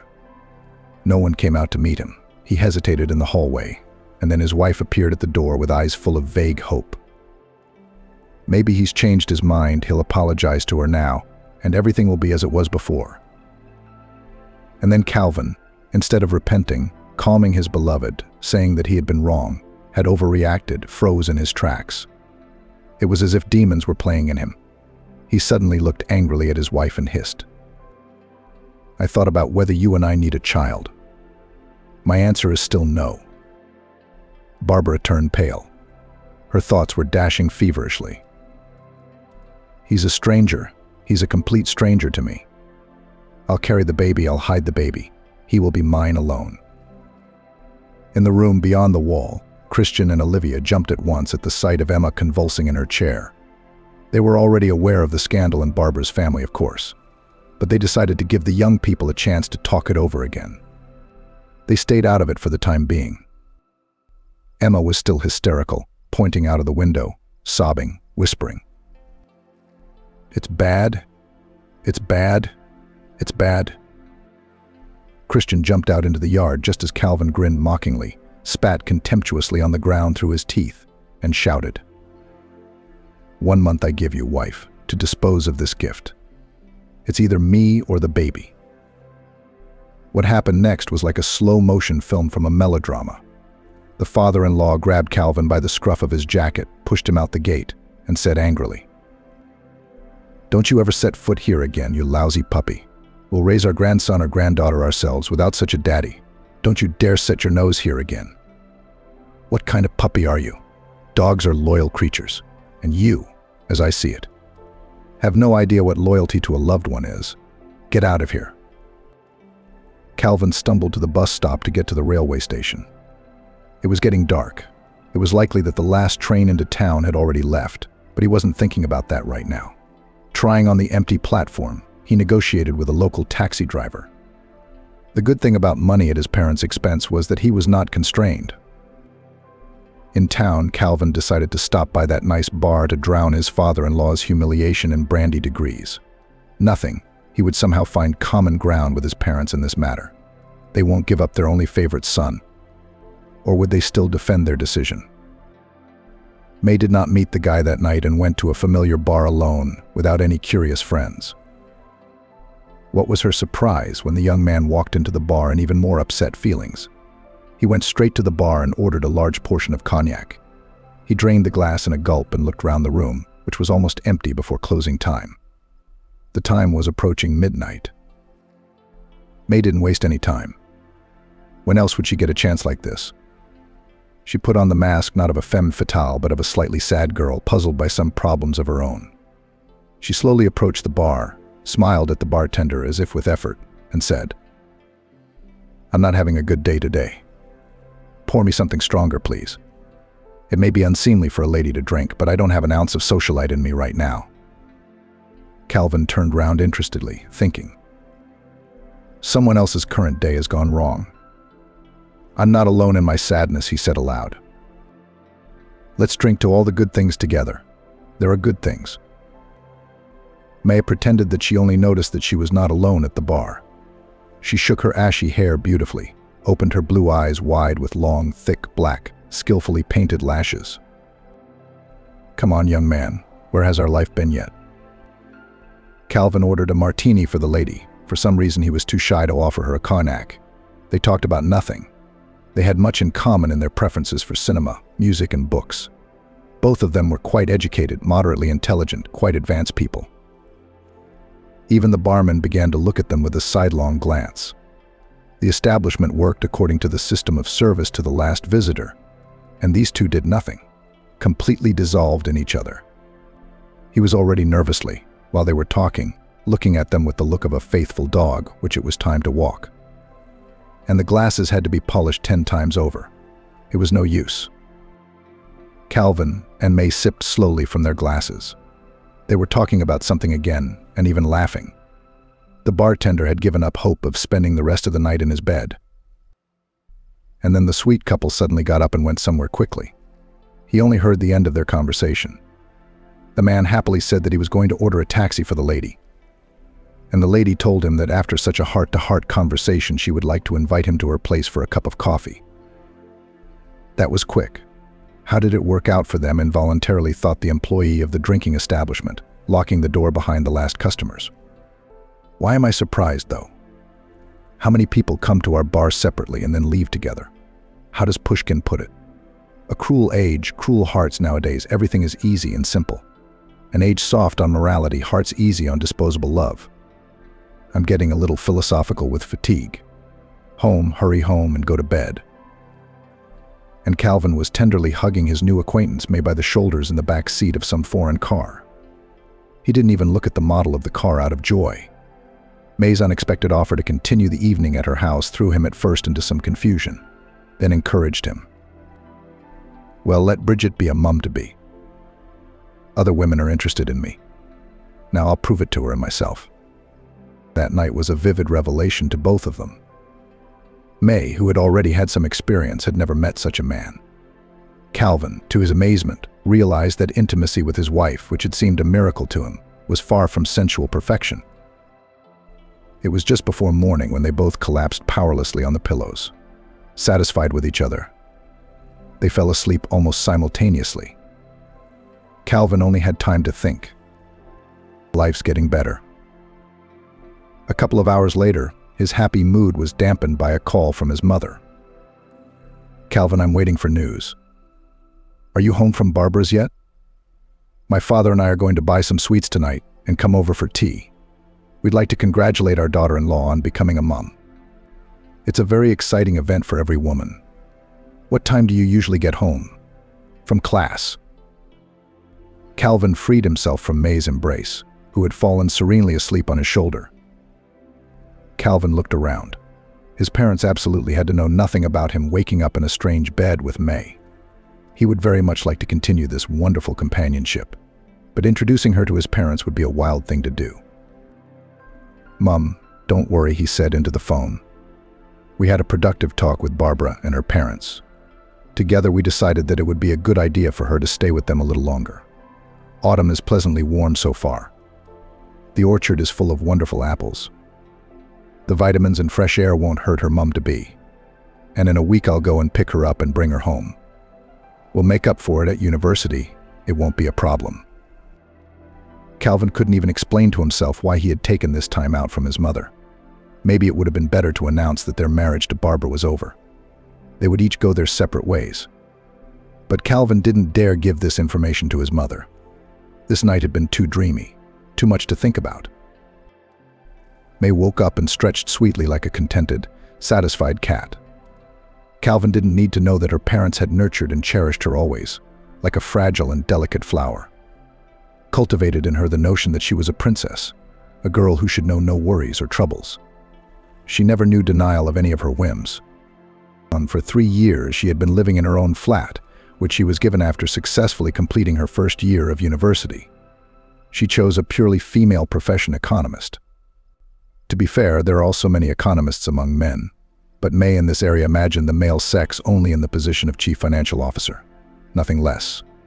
And all these high regalia were not important. She wanted a man who was wealthy, handsome and intelligent, to be a colorful addition to him. Calvin seemed to her just such a promising option. She would do her best to find out more about his far-reaching plans for her life. The fact that the man was married, about to become a father, didn't bother May in the least. It was a warm and sunny autumn morning. Outside the window, a magical golden autumn reigned. She and Calvin were about to have coffee and pancakes. Yesterday she ran in and her mother left her daughter a whole container of ruddy, fried scones with cottage cheese, and then outside to walk through the rustling yellow dirty leaves. To breathe the pleasant air, filled with the last scents of autumn flowers still in bloom. To stop by some pastry shop, where they know how to make delicious little cakes with prefabricated cream, her favorite treat. Emma had been hysterical for several hours after Calvin's arrival. It was the first time it had happened.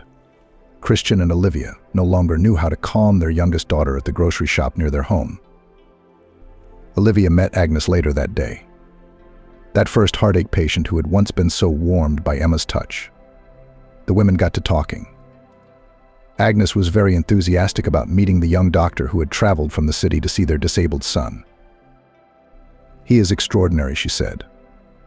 "This young doctor specializes in the moral rehabilitation of young patients. A psychologist from God, he tries to make their lives more fulfilling, more lively, to adapt them to society." "And what methods does he use?" Olivia was immediately interested. "What do you think, neighbor? Maybe it makes sense to show him our Emma when he comes to visit you next time." "What he does and how he does it, I can't tell you," Agnes replied. "He talks to his charges in private. What I do know is that my son is always enthusiastic after his visits. His eyes shine with joy. He no longer feels so sad about his situation as a sedentary patient. Even on the street on his wheelchair now began to show up without undue strain. And recently Lucy, a young girl whose boyfriend died in the conscription service because of an accident, started to look in our house. She and my son would go to the bench outside the yard and talk about something for hours. Somehow I couldn't resist my curiosity."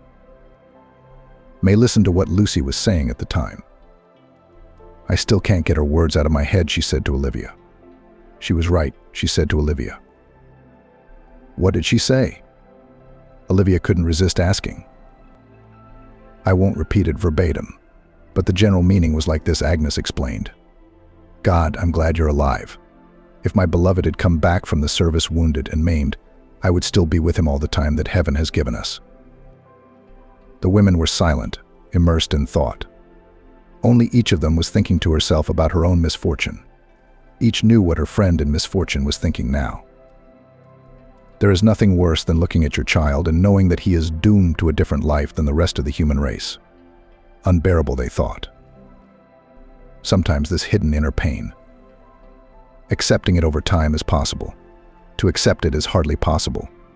Agnes promised Olivia that she would get a sensible doctor to see Emma next Tuesday, and so they parted. They both hurried home to their eternal chores.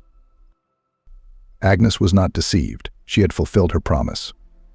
On Tuesday, a handsome young man in his 30s knocked on Christian and Olivia's door. If the owners had been asked what his first impression was, they would have said with one voice, a good one.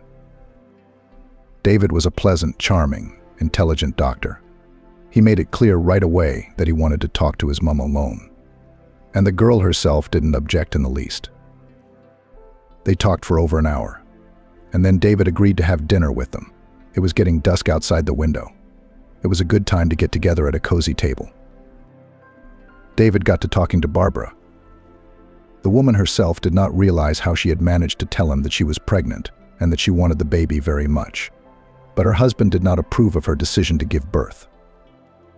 The doctor looked at her carefully and replied, "Men often come to maturity much later than women. Most think about it when they see the baby. Their paternal heart starts beating more frequently.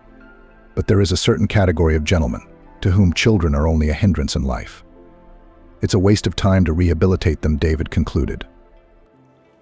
After a delicious dinner, which David praised, Barbara volunteered to escort him to the bus stop. I don't mind," said the nice doctor. "It would do you good in your condition. The bus stop isn't far. The lanterns in the village are working properly. Mum's to be need fresh air like air." And he laughed at his joke without being embarrassed. "Tautology, Barbara," he explained. He was incredibly easy to be with. There was no need to think about what you wanted to say, no need to choose words, no need to be afraid of sensitive topics that affected her ego. This psychologist had clearly chosen his profession for a reason. Emma had not had a single tantrum during the week. Not once had she stomped her feet or thrown her toys. Barbara had met her soulmate. That was the impression David had left on her. David took the train into town and reminisced. Olivia hadn't misjudged his age. 6 months ago, he had been 30 years old. 15 of those years he'd spent making sure that people with disabilities, and congenital diseases smiled at the new day. Their family was considered a real medical dynasty. At the same time, they were not arrogant in the least. David's grandfather was a renowned geologist. His grandmother worked all her life as a nurse in a neurological dispensary. All 3 sons then followed in their footsteps. The eldest became an oncologist, the middle one a surgeon, the youngest a traumatologist. When the only son David was born in the family of the youngest, no one could think that he would want to become a professional psychologist. He loved her very much, his desk mate, his classmate, his childhood friend Sally. David had grown up to be such a tough kid, tall and broad-shouldered beyond his years. He was angular at first, and then he became stately. He and the new girl were put at the same desk in 5th grade. She was thin, a little pale, and very, in his terms, beautiful. Even a short haircut for a boy did not spoil it, on the contrary, made her huge gray eyes somehow very piercing, bottomless, a little pitiful. After a week, he started bringing bright yellow apples with small freckles for her from home. She loved them very much. Sally came from a broken home. Her mother got a job at school with the girl and worked as a cleaner. David and Sally's classmates tried to make barbs about the girl, but he stopped them so sharply and decisively that no one seriously began to mess with the tall boy.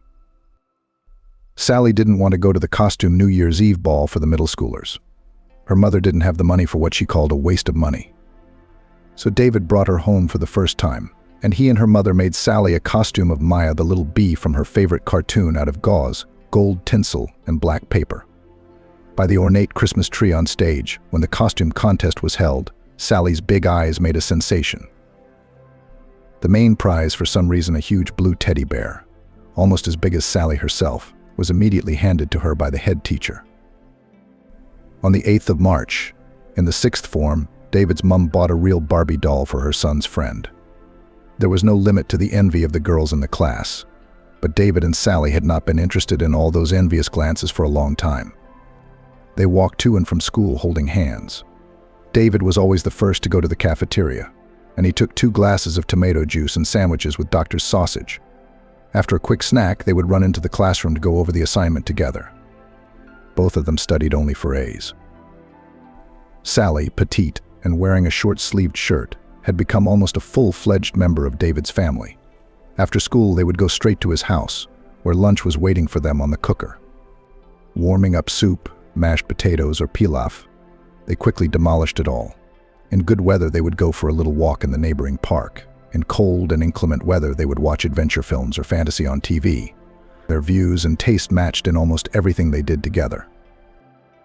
Sally's mum looked past their friendship.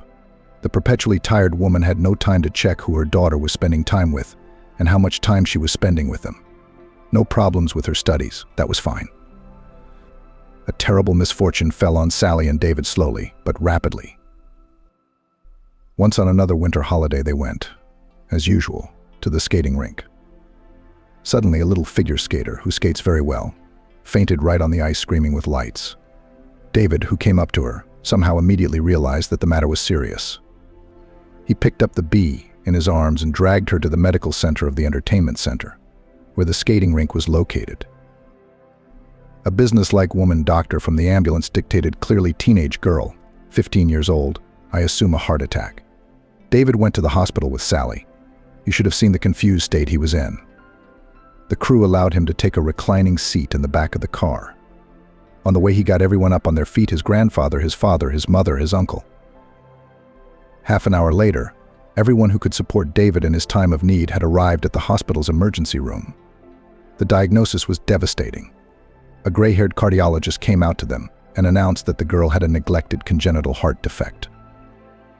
"Hadn't any of you doctors ever noticed that she might have had sudden blue lips? Weakness?" he asked. David stepped forward. "I spend whole days with her. There's never even been a hint that she has a health problem. She's ahead of the curve in PE. She rarely missed a class. She's on par with everyone else in class. What can I tell you, dear colleagues?" answered the cardiologist. "The girl seems to have a strong, courageous character. She naturally felt sick, but did not show it. Her ailing heart had weakened, and then there was the slightly delayed age of transition. If she'd had heart surgery as a child, she'd have forgotten about it long ago. We're going to rush her into surgery now, but only a miracle can save her." There was no miracle. Sally's heart stopped. 2 hours later, David's heart stopped right there on the operating table with it. And in the cemetery, among the wreaths of snow-white flowers, David's sturdy figure in a dark jacket seemed from afar like a rock, a monolith frozen by grief. Even those closest to him did not realize what he had put in the coffin for his faithful friend. It was a last gift, a sign of very great love and tenderness. The guy spent the whole day going around all the toy shops until he found a small but very colorful bee Maya in one of them. When the first clods of earth began to fall on the coffin lid, David walked to the edge of the grave and said, "I never got round to telling you that I love you. I was afraid you'd laugh, because we were only friends. I promise that I will devote my life to curing the deprived, unaccompanied hearts of longing. In your memory, my love. Without you, my world is empty."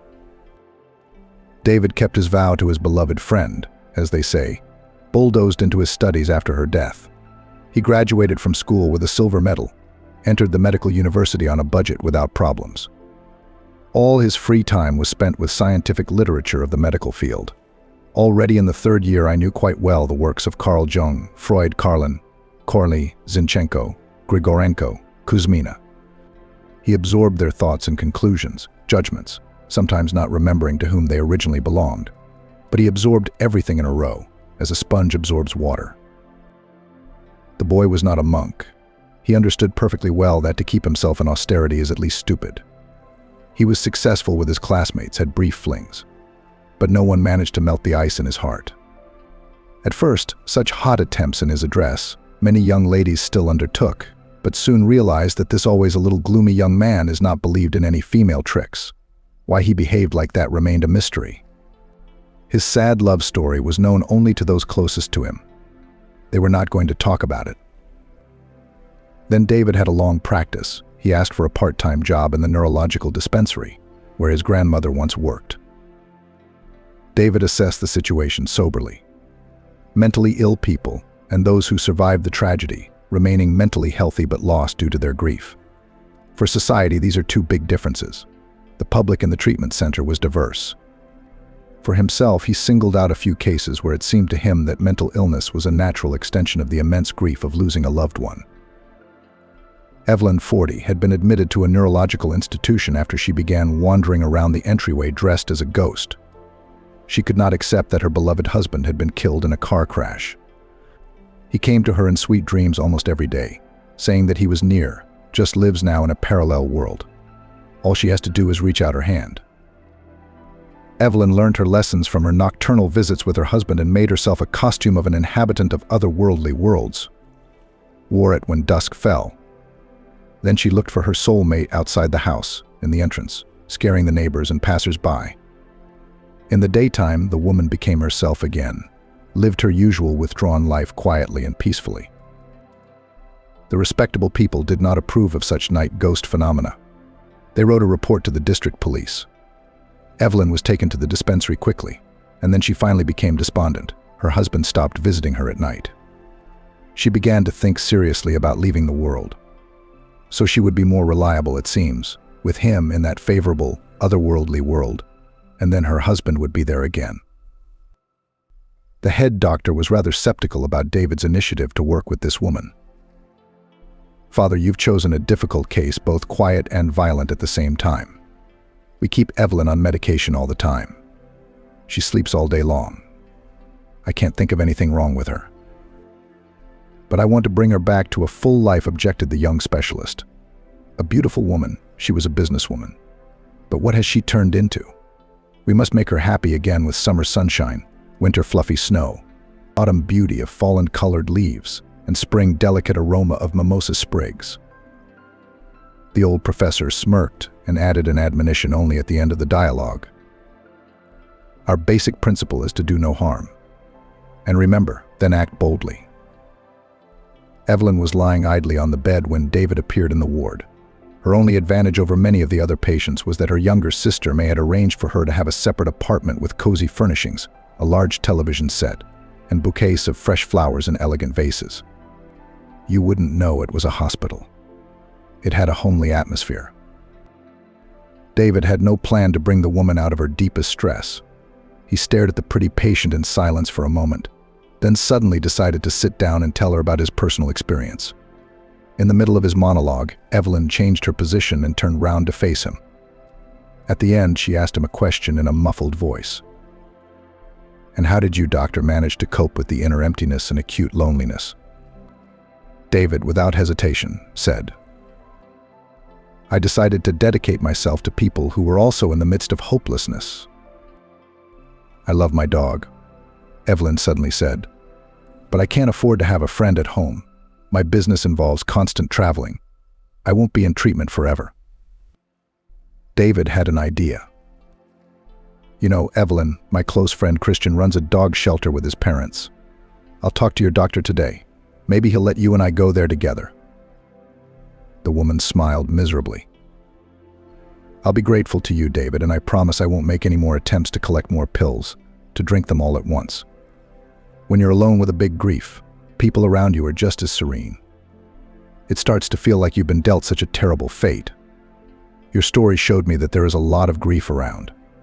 It's just that people live in it like a tough shell, not showing the world what hell is going on inside them." A fortnight later, Evelyn was discharged from the dispensary. During this time, they had already made 2 trips with David to the shelter, where the woman couldn't resist taking home a large Labrador puppy. "You know, David," she shared with her handler on the way back, "I've decided to make a radical change in my life. I'm no longer attracted to my cosmetics business. I've already offered to buy out my salon chain to a longtime competitor." I'm sure she won't miss this chance to get her hands on a place that's popular with women. And I got the idea to set up my own kennel. I want to breed pedigree Labradors, to give people the joy of communication with these wonderful dogs. The head doctor of the dispensary congratulated David on his first victory. He added that almost every ward of the medical center needs such a soulful, individual approach. How many destinies, broken lives can be redirected with simple words? What new horizons can a person who believes in himself again reach? He pondered aloud. Then there were many young and old who were able to accept grief and move on, and those who were never able to come to terms with the misfortune that had befallen them. David's tactics were always the same. He tried to reliably switch the person to something very important, very interesting, to leave no chance to get off the new path. There were failures in his work, but on the whole, the method worked amazingly well. A mother who lost her son and fell into a deep depression, he arranged to volunteer in an orphanage. A lonely old maid who had long ago lost hope for personal happiness after the death of her mother was assigned as an apprentice to a master in men's haircuts. A year later, she met in the salon with a single father with 2 children. Now she lives happily ever after. That's how David walked through life, helping those suffering to get rid of the oppression of circumstances without looking back. At first, he treated Barbara and Emma with condescension, taking them for just another unattached, but spoilt young ladies who had had a lot of injustice in their lives. Barbara shuddered with fear for a long time, and if someone knocked on the gate, she waited for Calvin's remorse and forgiveness. Then she decided to go to correspondence school. The once burning desire to study classical English literature somehow subsided. Later, David generally convinced her that with such a love for children from her will be an excellent teacher of Russian language and literature. After her maternity leave, he advised her to change her specialization and devote herself to pedagogy. Emma, and Dave, as she called him briefly, was also very fond of him. With his help, she learned to get out of her wheelchair and back into it easily, and to move around the house and garden a little on her own. However, she still preferred her mentor to be somewhere near her. Barbara's belly had already rounded up considerably. She was a couple of months away from giving birth. Winter was over, with all its long, magical holidays. Spring was blooming with the blossoming of fruit trees. The day was getting longer and the nights seemed shorter. David found himself looking forward to Tuesday more and more often. He couldn't wait to see Barbara again. Suddenly, he found himself watching her as she poured his coffee, sliced apples for jam, and did her simple hairdo. This young woman seemed so cozy and homely to him. At times, Barbara would fall silent, as if listening to herself, trying to determine what her long-awaited baby was doing. Then her face would always light up with a smile, and David would avert his eyes in embarrassment, thinking that she looked like Madonna, as innocent and perfect. After a while, the man realized it had happened. He had fallen in love again with Barbara, who was due to give birth in a couple of weeks. He didn't share his feelings. This young woman had already gone through the betrayal of a loved one and was able to overcome it honorably. But David was not sure that in Barbara's soul there was no hope that her husband would come at least to meet her from the maternity hospital to see her son. The ultrasound had long ago revealed that Barbara was having a boy, and she hoped he would mellow out and want to be near his family. Calvin hadn't shown up once in all this time. Only his parents came to visit with an unexpected offer to sell the flat and return the money invested in it to Barbara's parents. The boy would have to be raised, brought up, educated. The mother-in-law considered her decision wise and logical. Barbara herself remained silent during this conversation. David was right, she still hoped in her heart that time could be turned back. Despite the fact that, according to her mother-in-law, Calvin was already living with another woman. She knew her husband well. He'd made a mistake, fallen for some other woman. She's pregnant, not so attractive now. Vain hopes, vain tears in the pillow at night, a woman's loneliness. Calvin lived for his own pleasure, barely remembering his family. Calvin and May initially hid their relationship from the man's parents for a long time. At his request, May pursued with persistence the cherished goal of winding up and marrying Calvin. She sat by his side when he needed to do his studies. Although she was a year older, May successfully defended her degree and got a job as an aspiring economist in a small firm. Calvin passed the session, moved to the final year, became a good employee in a law firm, where he recently got a part-time job.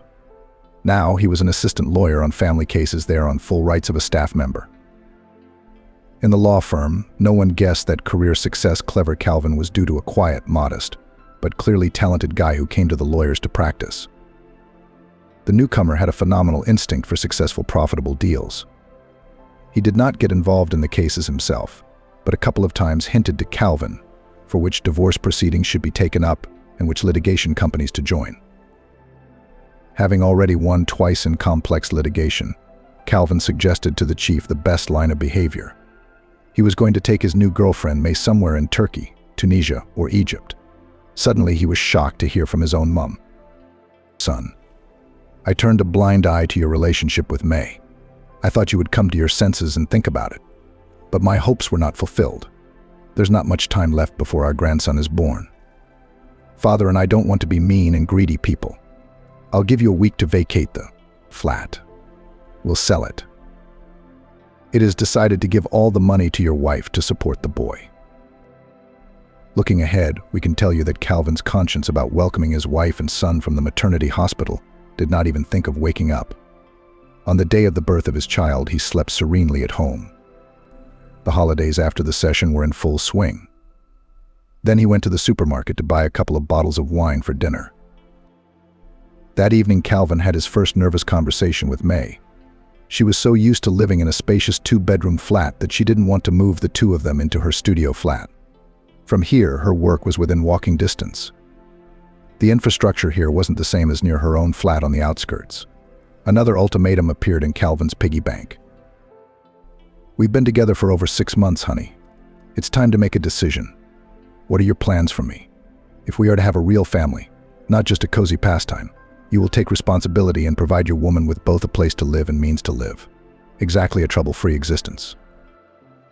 The man was at first a little taken aback by such a statement, but then he remembered a busy conversation with a talented trainee. In his mind, he instantly conceived a plan to earn a decent sum of money for at least a year of the life to which May was accustomed. He could no longer do without this resourceful person, hot, beautiful companion at all the parties in their youth group, surprisingly even sometimes a good hostess. Calvin had no way of knowing that May's friend's cleaning company did the cleaning in his flat, and that the pickles in the fridge came from orders placed at cafes and restaurants. "There will be a beautiful life for you, and there will be prosperity," Calvin proudly replied to his friend. Inappropriately recalling the children's poem "The Old Man," which his mother liked to read to him before bedtime, Calvin said, "I have a plan. I'm sure it will work."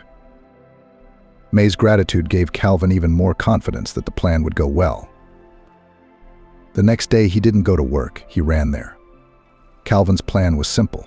Yesterday, stammering, blushing and pale, an intern had told him that a client had made him an indecent proposal.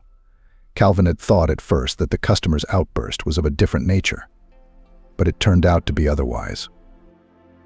The client offered the guy to steal one of the documents in the case of divorce proceedings with his wife. Deprived of such a strong argument, the woman was losing everything. The proud young employee rejected the offer with indignation, and Calvin decided to take advantage of it. Contacting the unscrupulous mate was easy. All his contacts were on file, as they should be. Calvin set up a meeting with the slippery fellow in a cafe on the other side of town. He did the deed. Then it was over. Inexperienced in such matters, the employee of the law firm did not take into account only one nuance: the wife of the scoundrel was not a bad guy either. She has long ago hired a private investigator who constantly monitored the movements of almost ex-spouse. Further could unfold a fascinating story. The offended woman was like a wildcat. She appeared in front of the spouse at the moment of the exchange. Angered by the perfidy, the wife did not come alone, but with the press, and in the evening stories about the corruption of the lawyer's world were shown on all the local news channels. Calvin's name was instantly blacklisted from all legal services. To get a job in his profession, he could now only somewhere in Zimbabwe, and even then unlikely. Calvin's parents raised all their connections, trying to hush up a criminal case on several articles at once. Calvin was facing serious charges. He didn't get away with it. Given the large size of the reward, the court sentenced him to 2 years imprisonment in a penal colony with a substantial fine. May, who had unwittingly inspired Calvin's aspirations to get a lot of things at once, vanished from his flat in an instant. Ubiquitous journalists quickly found the girlfriend of the hero of the day, but she refused to comment, muttering a pre-prepared phrase. No comment. Barbara learned about what happened to her husband much later from his parents, who brought money and gifts for their recently born grandson. Named Christian after his grandfather, the baby never learned that his birth father had not wanted him before he was born, and later ended up in prison for dishonest intentions to enrich himself without labor. On the day that little Christian was born, Barbara was driven to the hospital in a car David had recently acquired in an amazing way. The doctor had an almost fantastic story with this car. He lived in average conditions, wrote his PhD thesis, worked extensively with patients in the city and region, but never charged inflated fees for his appointments. Everything according to the price list of the clinic. Once a very old grandmother from a distant village turned to him. Her grandson was a biker and had crashed his motorbike. The old woman could not forgive herself that God had taken him young and left her, the owner of the gorgeous flower beds. The flowers were still growing and blooming, but her own child was gone. It took David more than one session with Granny and the gardener to turn her attention back to the flowers that needed care. The last time he was about to leave for the train, Grandma stopped him. "Son, wait. I have one more thing to do for you. Hold the paper. You read it carefully." David's eyes widened when he saw the contents of the document on letterhead with watermarks. It was a gift deed in his name for a blue BMW car. "Yeah, no," David said, embarrassed by this. David bought it from his grandmother, who and her grandson lived alone in the whole wide world. He's a loner. "I'm an old lady, God's dandelion. His parents died. I brought him up. He is late, they had a child. They all traveled around the world to Elbrus, and in their box traveled. My grandson wasn't poor, he was a businessman. This is his car, just for the parade. He used it. All on this iron friend of his, until it ruined him. You use it, son. I had a neighborhood officer help me with the paperwork. It's all according to the law." And that's how Dr. David got a shiny blue car. After the discharge, Barbara was welcomed by the whole team. Amanda, Bridget, and her family came to the village to celebrate the occasion. Christian, Olivia, and Emma stood with large bouquets of flowers. And David held a cake for the staff and a bundle of colorful inflatable balloons. Barbara froze with a bundle with a baby in her arms and admired him fondly against the clear azure sky. He looked very cute in his new light-colored shirt with the collar open. Suddenly, one of the red balloons, painted with hearts, burst with a deafening sound. Barbara laughed and suddenly realized that she no longer loved her husband Calvin. The magic was over. The last illusions melted away. After serving his sentence, Calvin returned to the city. He did not like to talk about his stay in prison. On all questions, parents answered sparingly. He was now legally unable to get a job as a lawyer. May changed her phone number. Through mutual acquaintances, he learned that she was about to marry some fashion designer with great prospects. Emma was upbeat. She had long ago disproved the doctor's assumptions that she was destined for a short life. The villagers still came to her to look into her kind eyes and believe in a bright future. She paid attention to everyone. She was still the sunny little girl that Betty the witch doctor saw in her. David and Barbara had a daughter, Megan, a year ago. There was no other name for her, her parents had decided. Dr. David has finally moved to the village, settling into his inpatient office. Now people from both the city and the region were coming to see him. Calvin carefully washed a window in the restaurant, fulfilling the task of the cleaning company, which he miraculously managed to get a job in. A chance meeting with May's friend, who had been in the cleaning business for a long time, had helped. This young lady was once very jealous of May and had a little crush on her handsome boyfriend. Now Calvin has already lost his former gloss, has become somehow vague and shabby. A woman's heart is not made of stone. The owner of the cleaning company really needed a tall, strong worker, not afraid of heights. Her female employees were afraid of working at heights. Word of mouth, she offered Calvin the vacant position. He enthusiastically accepted. I must say, he was surprisingly fast and high quality, as if he was born for this job. Now the man in overalls, carefully rubbing the shiny surface with a special compound, began to rub the formed deposit of thick white foam over the entire area of the glass. A blue foreign car pulled up in front of the restaurant. An imposing man came out of the saloon, holding the hand of a boy of about 3 or 4 years old. Next to him, a lovely woman with a little girl in a beautiful dress in her arms stood proudly. Calvin couldn't believe his eyes at first. It was his ex-wife Barbara, but so charming, full of aristocratic dignity. And when he thought, "We have English roots, hence the lords and ladies. Misty Albion." No wonder he splashed the foam on the glass once more, endeavoring to rub the surface of it to an incredible luster. It seemed to him now that this was his way of washing his tangled soul. He had once dropped his dignity, his happiness, and his future to the ground. Would he be able to pick it up?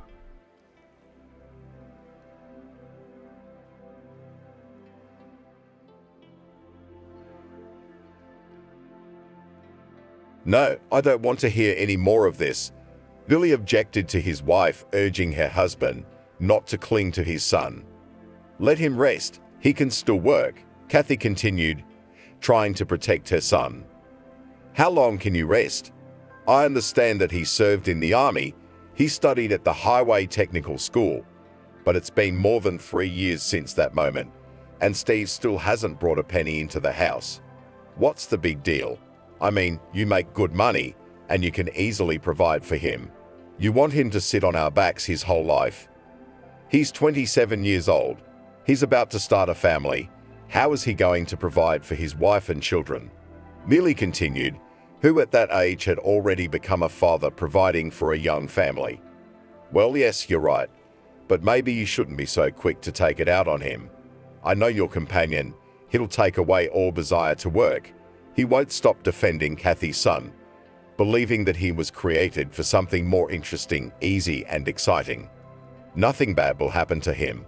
I've raised my son to be a wimp, and now I have to deal with it. He's going to work for John. I've made up my mind, and it's not up for discussion. Why don't I take him to my office?" The woman suggested it, trying to keep her son away from hard work. What would he do there? To bring coffee and play a game of Leopard's Head on the computer. "Stop arguing. It's settled. I've already called John, and we've agreed that he'll leave room for Steve. It's a useful experience, moreover. Maybe he'll like it," Billy suggested, since his son was studying at a highway technical school, so the passion for transportation must be present. "I'm tired of arguing. You don't hear me at all," the agitated woman replied sadly, wiping her tears with a handkerchief. "Stop crying. I'm not sending him to slavery, but to an old schoolmate. I'm sure that nothing bad will happen to our son," the man replied, seeing the tears in his wife's eyes. Billy put his arm around his wife's shoulders to comfort her a little and stroked Katie's head. "You have no heart at all. I'm going to worry," she said with difficulty as she continued to cry. "Calm down. Everything will be fine. If he can't cope at all, we'll find a simpler job. But he must learn to earn money and appreciate it," the husband replied, insisting on his own. "Promise you'll find something else if he can't work with John?" "Yes, I promise. By the way, it's almost 8 o'clock in the morning. Is Steve still asleep?" Billy asked. "It's so early. Let the baby rest," the wife replied. "What baby? He'll be nursing his own children soon, and you keep wiping his drool. Mother, stop it, or we'll have a fight.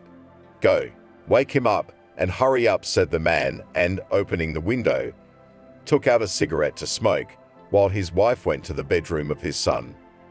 "Good morning, son. Are you asleep?" asked the mother, opening the door to Steve's bedroom. "Hi, Mom." "No, already awake," replied the young man, wiping his eyes. "Your father and I are waiting for you in the kitchen.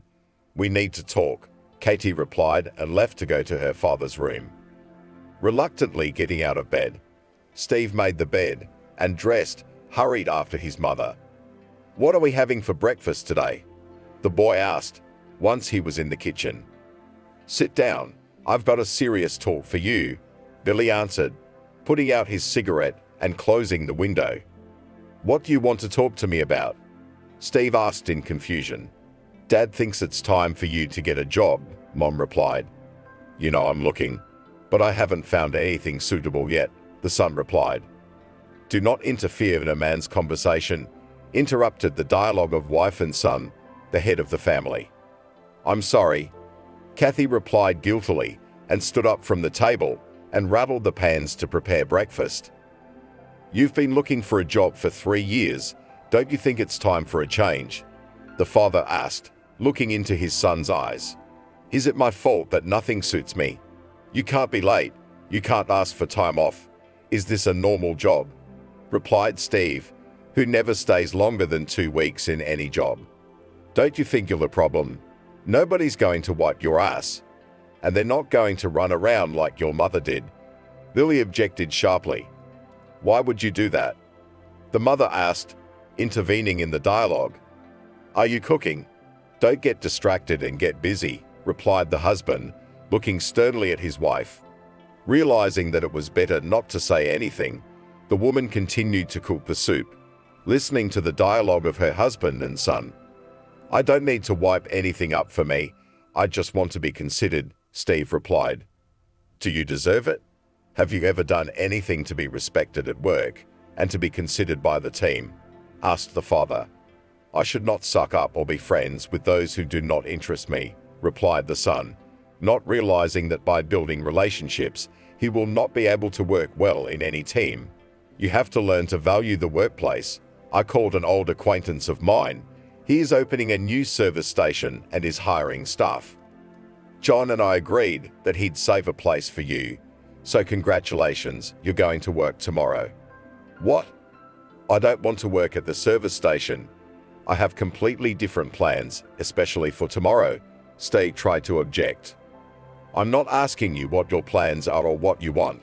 You're a grown man and you have to support yourself.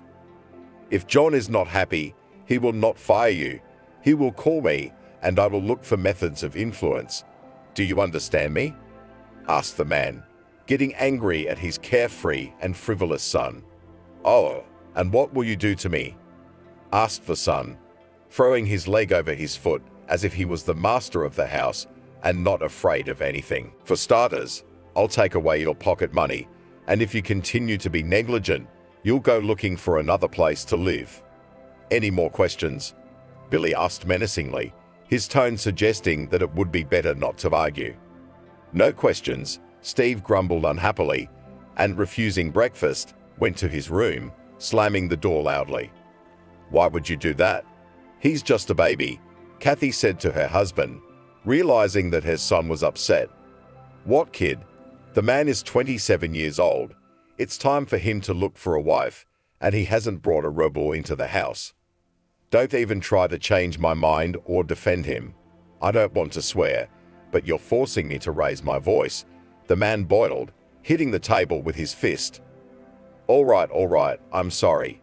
Maybe you're right," the wife replied guiltily, agreeing with her husband. "That's fine.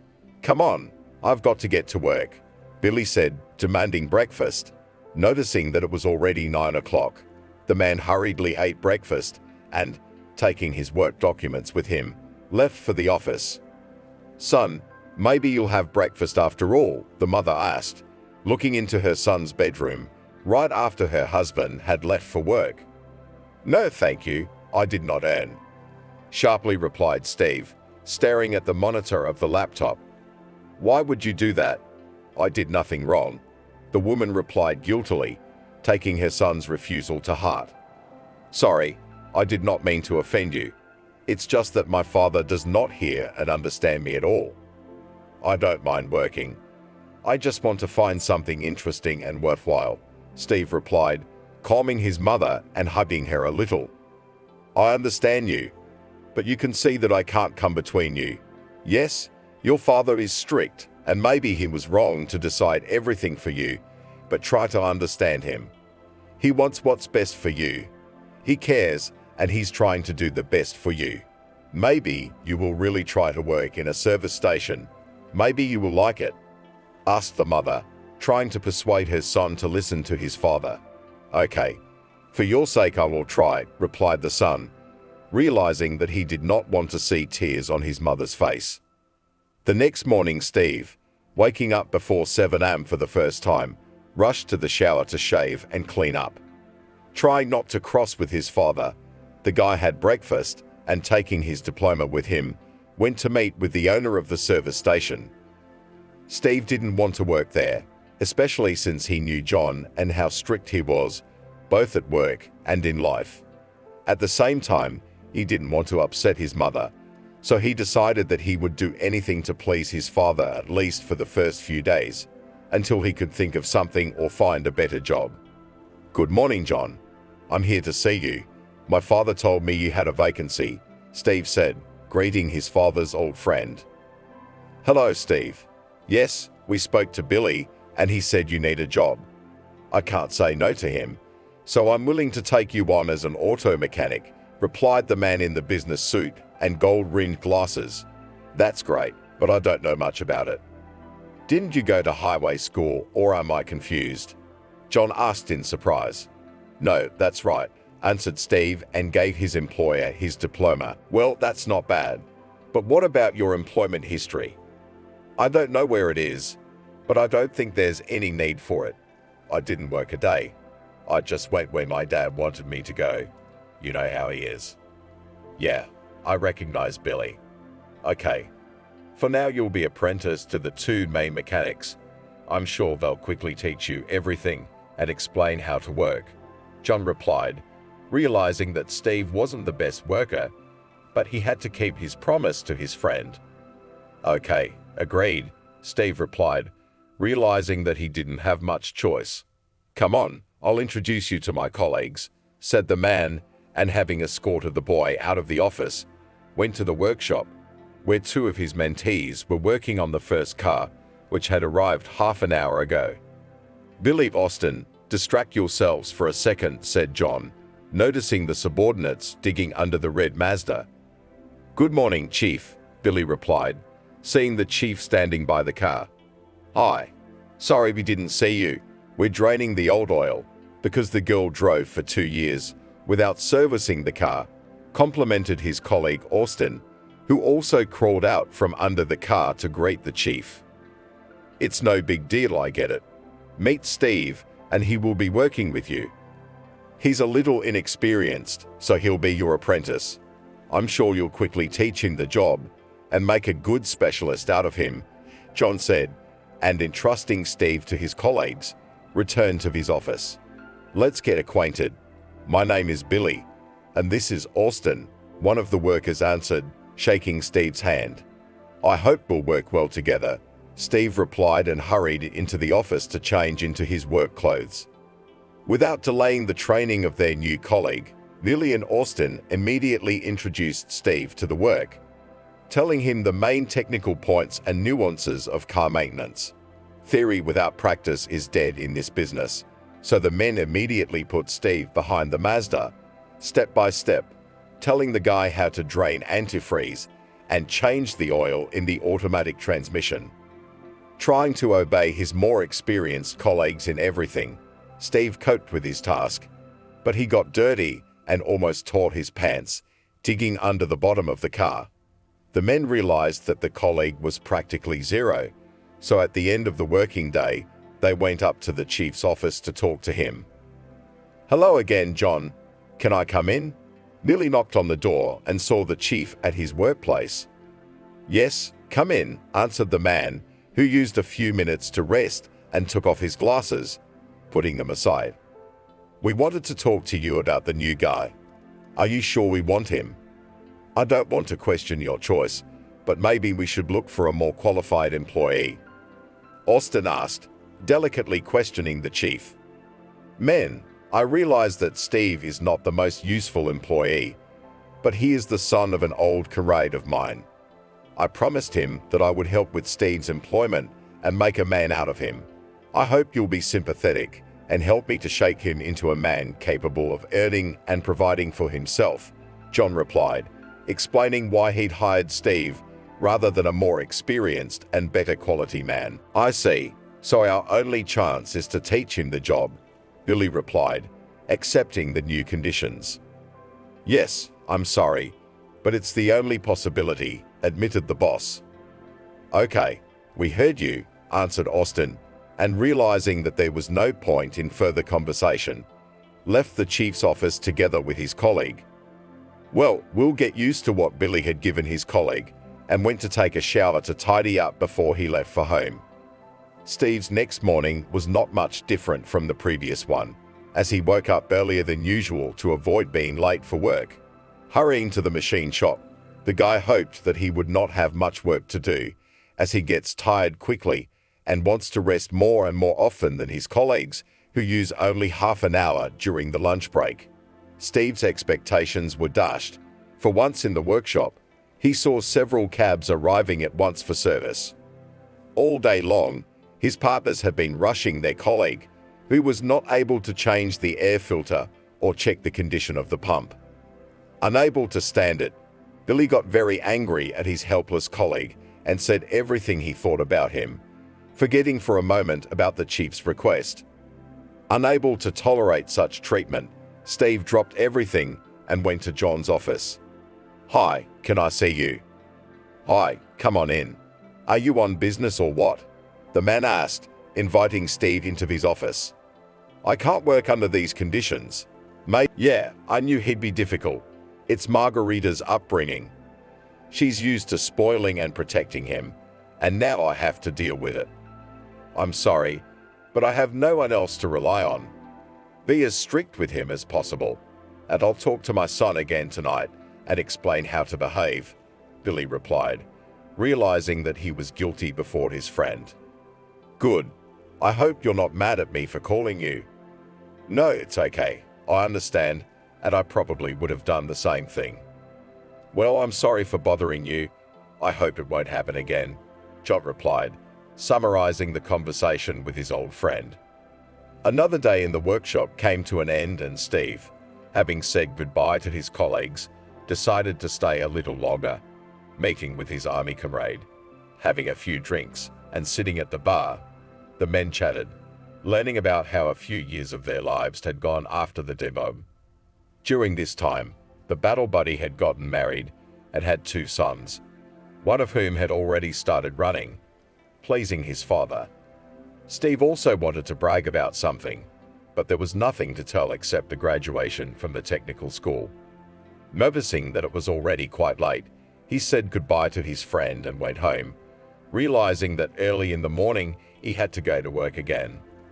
"Where have you been?"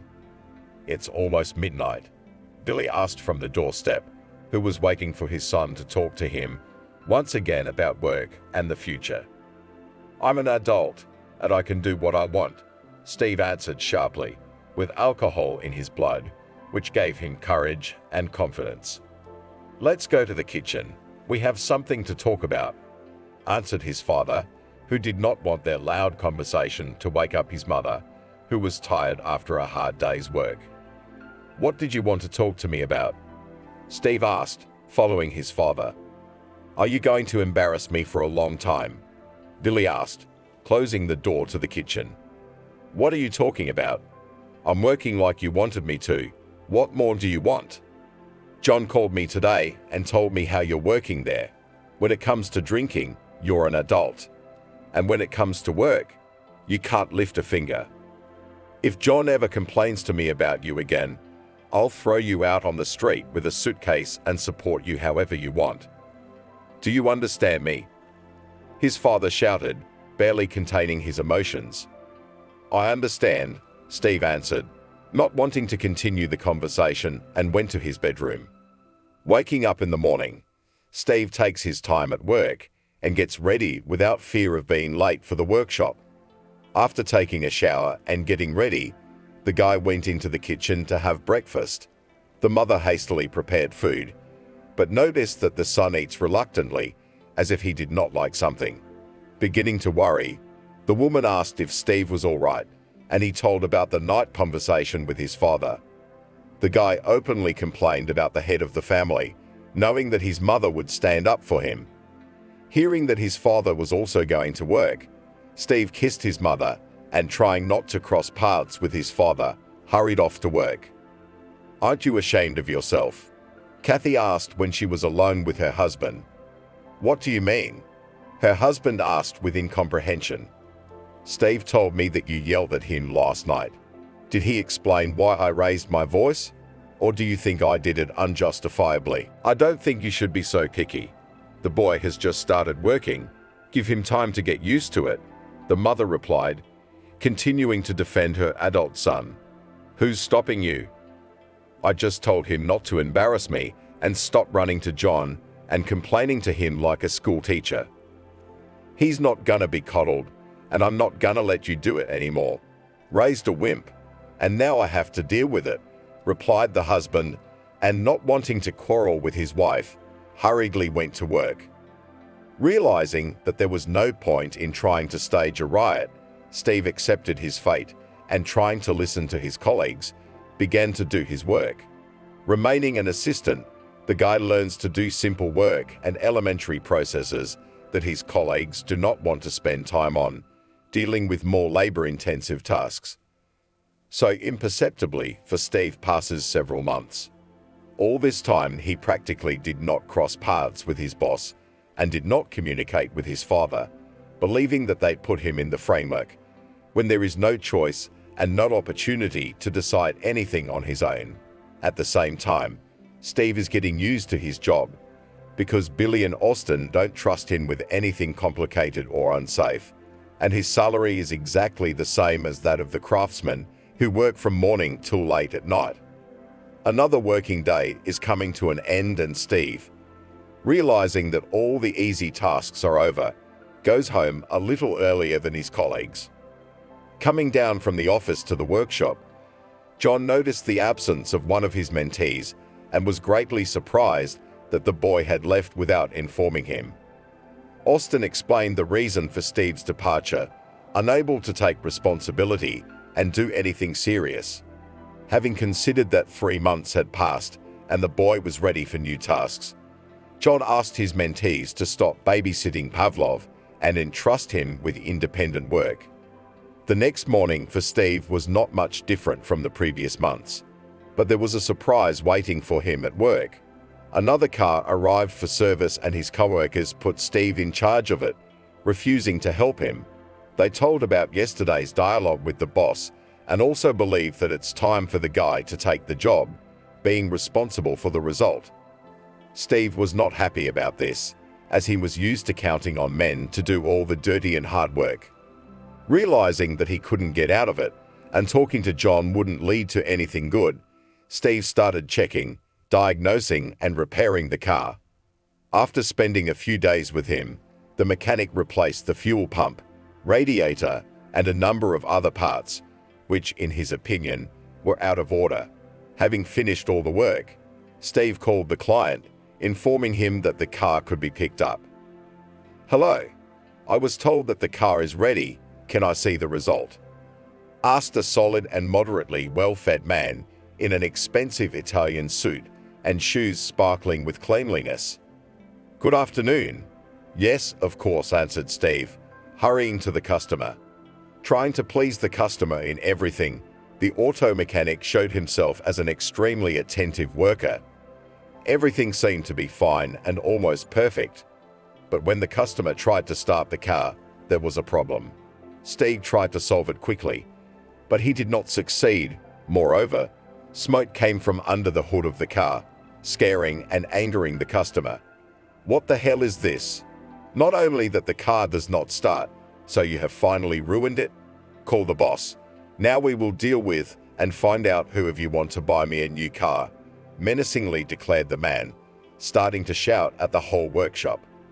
"Now, one moment," guiltily answered Steve, who did not know what to do.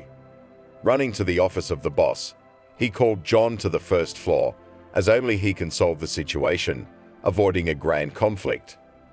"Good afternoon," Richard said, the owner of the service station, recognizing in the businessman an influential businessman known throughout the city. "Hello. What is it with your masters, such that my car after the repair only got worse? It used to stall, and now it won't start at all, not to mention the fact that there is smoke from under the hood. Is this normal?" The businessman continued to be indignant. "I'm sure we can solve this little misunderstanding in the shortest possible time," John replied, trying to calm the man who could not only ruin the reputation of the service station, but also find levers to close the service once and for all. "And I'll pay twice for the repairs?" Richard asked. "No, our foreman will pay for all the damaged parts," the owner replied, pointing at Steve. The guy tried to challenge the chief's decision, but by the expression of his eyes, he realized that it was not worth it, because he was really guilty of what had happened. "Great, that suits me fine," replied the satisfied businessman, and accepting John's invitation, went with the man to his office to drink coffee and discuss the speed of the second repair.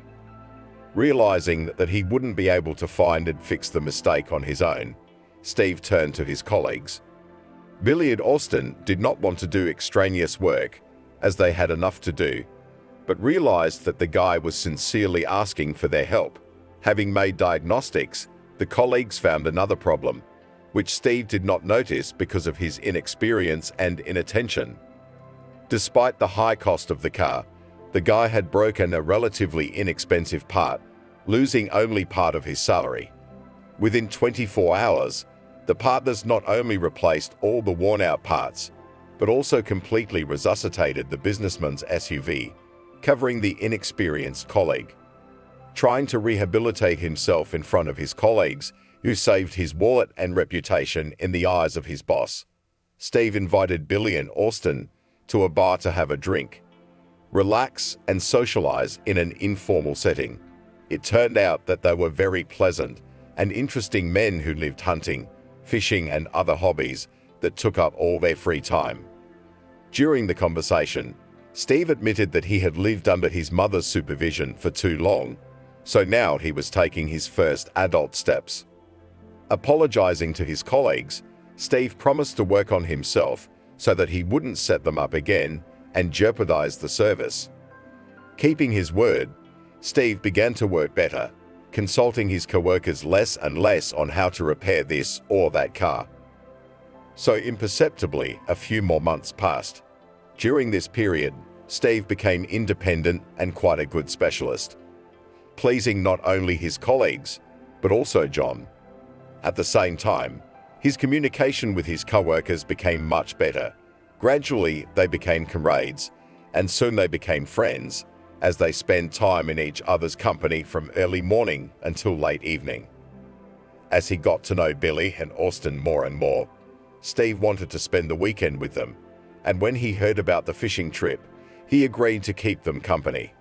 Waking up earlier than usual on Saturday, Steve decided to get ready for an overnight fishing trip and buy everything he needed for it. After having breakfast, he hurried to a specialized store to buy a rod, bait, and other small things, without which there is nothing to do on a fishing trip.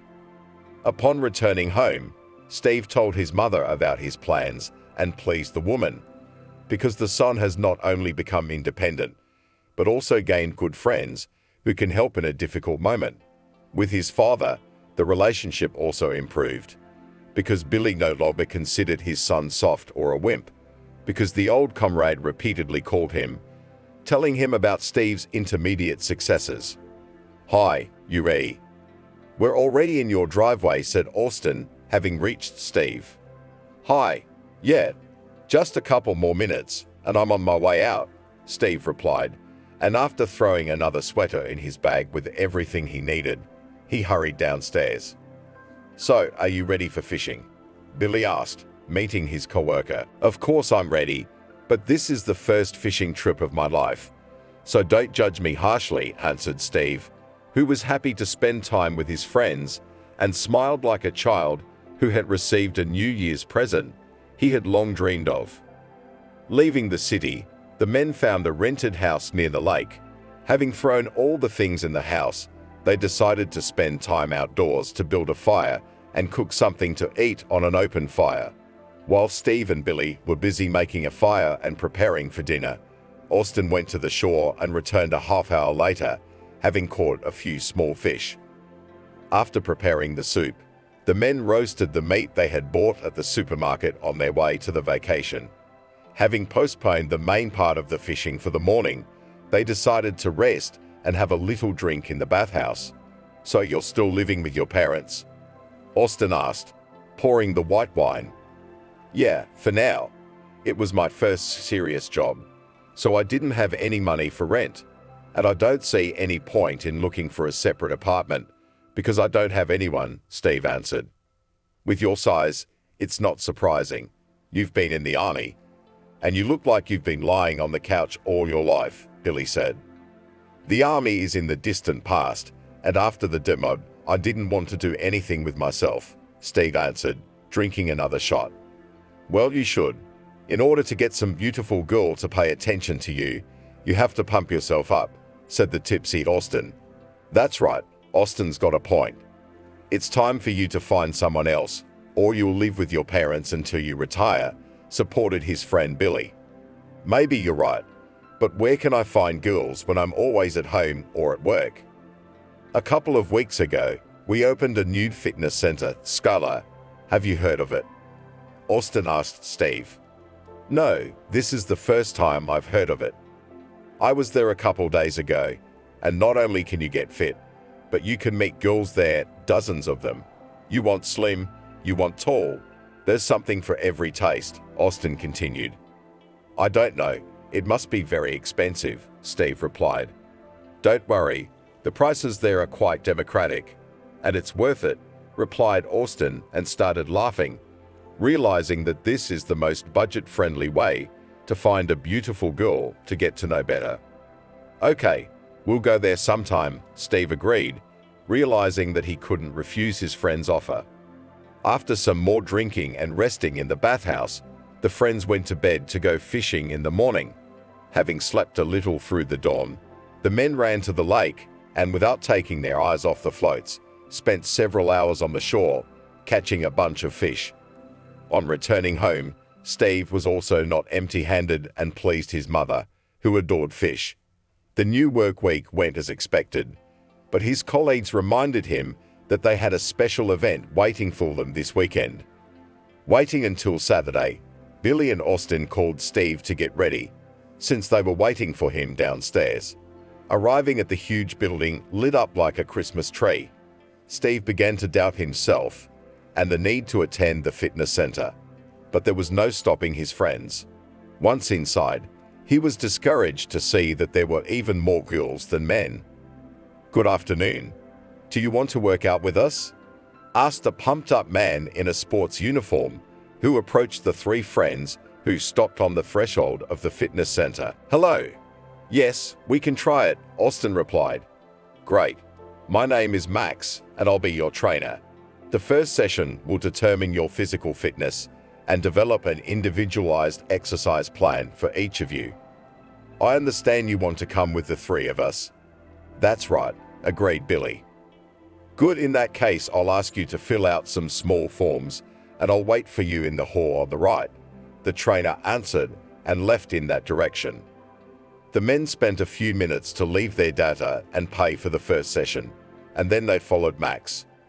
The first training session was quite difficult and grueling, as the coach wanted to assess the men's physical fitness, determining their capabilities and potential. At the end of the hour-long session, the friends thanked the trainer and, having agreed on the next session, went to the cafe inside the fitness center to drink water and take a breath. What are you staring at? Austin asked, noticing that Steve was looking somewhere and not hearing his friends. He was staring at that pretty girl in the green suit, Billy said, noticing where his friend was looking. No, I was just thinking, answered Steve, who realized that he had been staring too long at the charming girl from the hall nearby. I'm sorry, but she's not your type, Austin said, seeing a stunning girl with a gorgeous figure and a luscious body. He'd need 10 years of training before he'd even have a chance to meet her, Billy agreed, looking at the gorgeous blonde with the six-pack instead of a tummy. Come on, I was just thinking, Steve replied, trying to stop his friends from discussing it. Yeah, that's what we figured. Just don't drool too much. You can find a girl here and you will succeed. But you shouldn't look at the prettiest girl in the fitness center, Billy answered, trying to support his friend. Trying to stop this ridiculous conversation, Steve left for the shower to freshen up a bit and relax after a grueling workout. After stopping in a cafe for dinner, the men said their goodbyes and went home. That night, Steve slept unusually well and pleasantly because he had a dream with a charming girl in a green tracksuit. Trying to push away his thoughts and fantasies, Steve tried to concentrate on his work, but it didn't help because the girl didn't leave his mind. Waiting for another workout, Steve decided to use the moment while his friends were busy exercising and talk to the coach. "Excuse me, Max, but can I ask you a question not related to our training?" Steve asked, deciding to ask about the girl from the neighboring gym. "Yes, of course. What did you want to know?" "You see that girl over there in the green tracksuit? How long has she been coming to see you? Maybe you know something about her," asked the mechanic, hoping that the coach knows something about her. "This girl has been with us since the first day. Her name is Maddie," answered Max. "You know everyone that well?" Steve was surprised. "No, she just doesn't train. She works as a coach like me. In that gym, we have athletics, and you won't find a professional better than Maddie in our city." "So your colleagues?" "Then everything is clear," answered Steve, who felt a little embarrassed by the situation. Deciding not to continue the dialogue, he returned to the training, trying to concentrate on physical exercises with dumbbells and weights. While continuing to work and attend workouts, Steve repeatedly pays attention to the blonde girl from the neighboring gym. She constantly dreams about him and gives him no peace, but Steve realizes that he has no chance because she is too good. For weeks on end, Maddie doesn't get out of his head, and it becomes all too apparent. Friends realize that Steve has fallen in love for the first time and persuade him to meet a girl, because it is not so terrible, and there are always chances. He refuses his friend's idea to the last, but then Austin and Billy say that they will risk getting to know her instead of him. Jealous of his colleagues, Steve decides to try to communicate with the girl. Having finished the class a little earlier than his friends, the guy headed to the neighboring hall to watch the pretty girl's workout. "Hello, are you coming to our practice or what?" Maddie asked, noticing a strange guy standing near the front door to their gym. "Hello. No, I'm just looking," replied Steve, who didn't know what to say to this charming and blindingly beautiful blonde. "I'm sorry, but that's not our policy. You can join the workout or, if you don't mind, leave this room," Maddie replied, admonishing the stranger. "All right, I'll leave, but only on one condition," the boy replied, deciding that this was his first and last chance. "What's that?" "You'll agree to have dinner with me at a restaurant," Steve replied, gathering all his will and courage into a fist. "Are you kidding me? You're holding up practice," replied Maddie, a little shocked by the stranger's insolence. "No, I'm not messing with you. This is the only condition under which I will leave." "Okay, I agree," the girl replied, causing Steve to smile sincerely. Without wasting precious time, Maddie went back to her workout, and Steve left the gym, telling his friends that he had asked the girl out and she had agreed.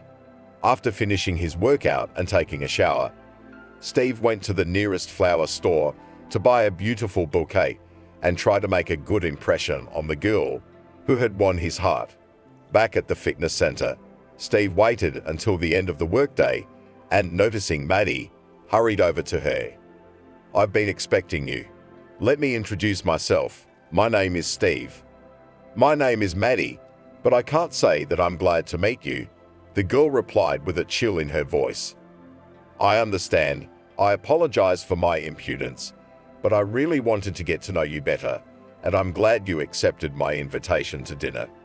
"Steve, I'm sorry, but I only agreed so as not to disrupt the training," Maddie replied, and without taking the flowers, stopped the car and drove home. Steve watched the cab drive away for a few moments, realizing that the girl had deceived him. Determined to stand his ground until the end, a few days later, Steve again visited the neighboring gym, disrupting the training session. Realizing that history would repeat itself, Maddie decided it would be easier to agree to a date once to stop the outrage. Getting a second consent, Steve was still just as positive, putting aside fear and doubt. Meeting the girl again after work, He realized that this time she was serious, too, so he invited Maddie to a beautiful and not cheap restaurant near the fitness center. "Thanks for agreeing to meet me," Steve said to Maddie, glad that at least the second time she did not refuse a date. "You're welcome, but don't expect more than that. I don't want anything to affect my work and ask you not to disrupt my training anymore," the girl replied. "Yeah, of course. I'm sorry for my impudence. I just liked you very much," the guy confessed, unable to take his eyes off the charming blonde with beautiful blue eyes. "Thank you. I'm very pleased," the girl replied, slightly embarrassed. "I'm very happy about it. I realize that from the outside it might seem like I'm crazy, but to a certain extent it's true. I've been watching you for days, and you seem to me a very interesting girl, and I hope I'm not mistaken in my conclusions." "I don't know what to say," Maddie replied, feeling a little embarrassed. "You don't have to answer anything. I understand perfectly well, and I'm just grateful for this chance," replied Steve, trying to be a real gentleman. After ordering, the couple ate dinner, continuing to socialize and get to know each other. Noticing that it was getting too late, Maddie asked him to walk her as public transportation was out and she was a little scared to go home alone. Steve gladly agreed because he considered it an additional chance to talk and spend at least a few more minutes with the girl. Once in the driveway, Maddie said goodbye to Steve and letting him kiss her on the cheek, ran home. Joyful Steve couldn't take a step for a few more minutes, realizing that the date had gone better than he could have expected. A couple of days later, in the middle of the workday, a yellow Matiz parked near the car service center with Maddie at the wheel. After shutting the car off, she headed inside the building and meeting one of the workers, decided to talk to him, telling him about the problems with the car. "Good afternoon. Could you help me with my car?" Maddie asked Austin. "Hello, what's your problem?" he asked, recognizing the girl from the fitness center. "I don't know. The car won't start the first time and stalls at every stoplight.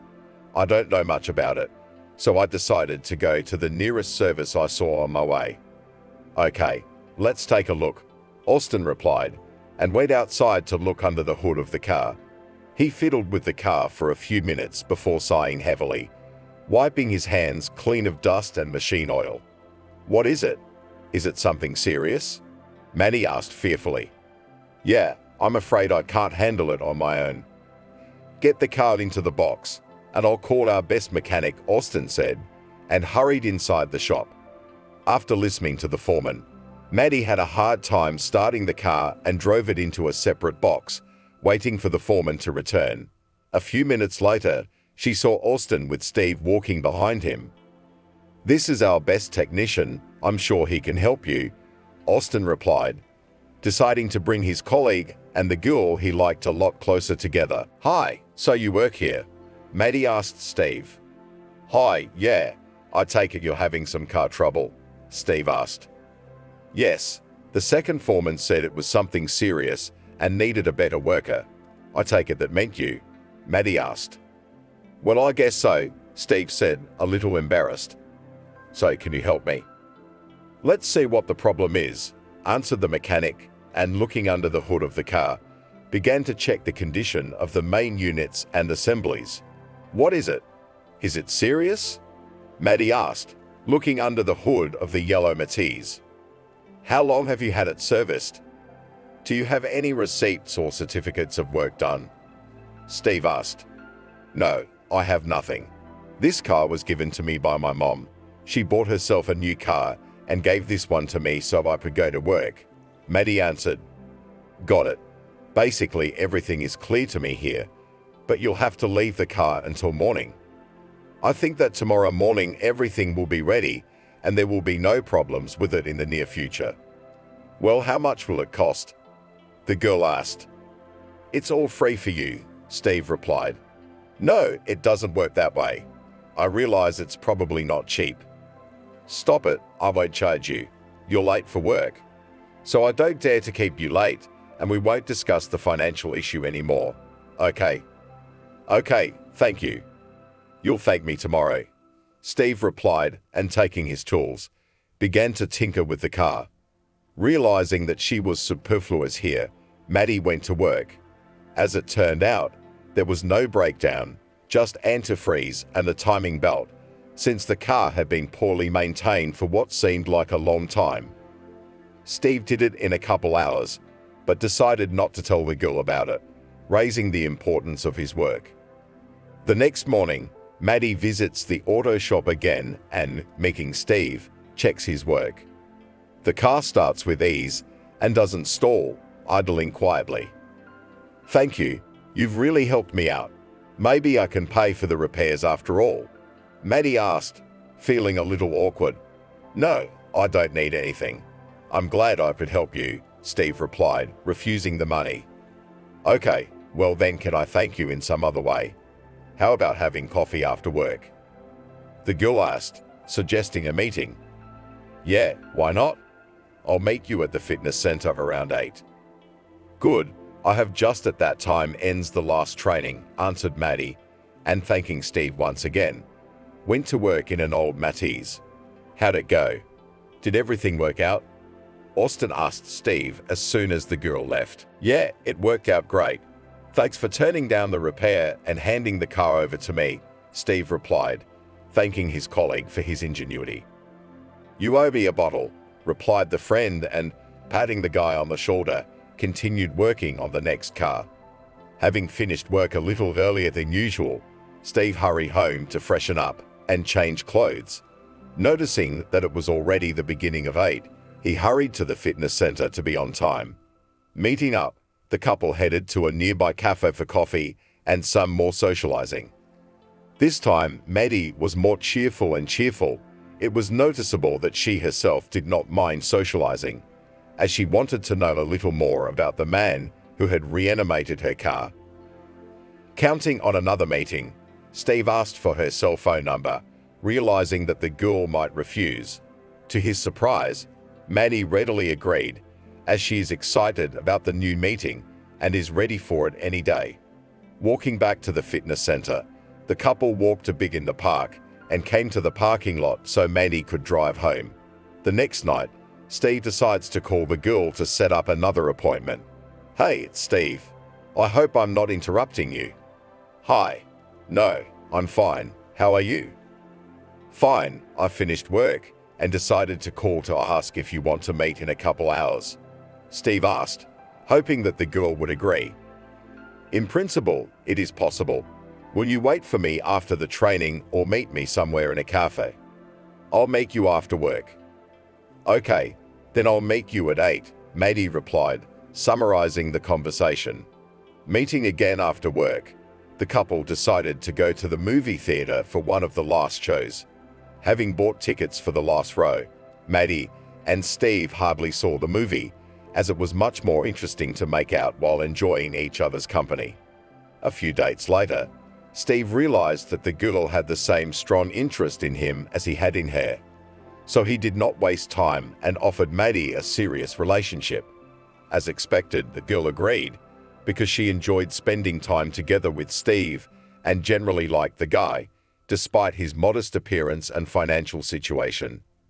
Rejoicing at the new stage in his life, Steve comes to work the next morning with a triumphant look, as if he won the lottery yesterday. Friends notice the elevated mood of his colleague, but because of the large amount of work, do not ask about what has happened, waiting for a lunch break. After finishing repairing another car, Austin and Billy headed into the back room to make coffee and grab some snacks. A few minutes later, Steve joined them, deciding to take a break before continuing with the maintenance on the car they had received that morning. "What are you so happy about? Did you find money on the street, or did you dig up some treasure?" Austin asked, trying to find out the reason for Steve's smile that hadn't disappeared from his face since this morning. "Remember that gorgeous blonde from the fitness center, repairing her old Matties?" Steve asked. "Of course we do. It's impossible to forget her," Billy pointed out. "She's been my girlfriend since yesterday," Steve said, bragging to his friends. "Are you serious, or are you kidding?" Austin asked, not believing his own ears. "No, I'm quite serious.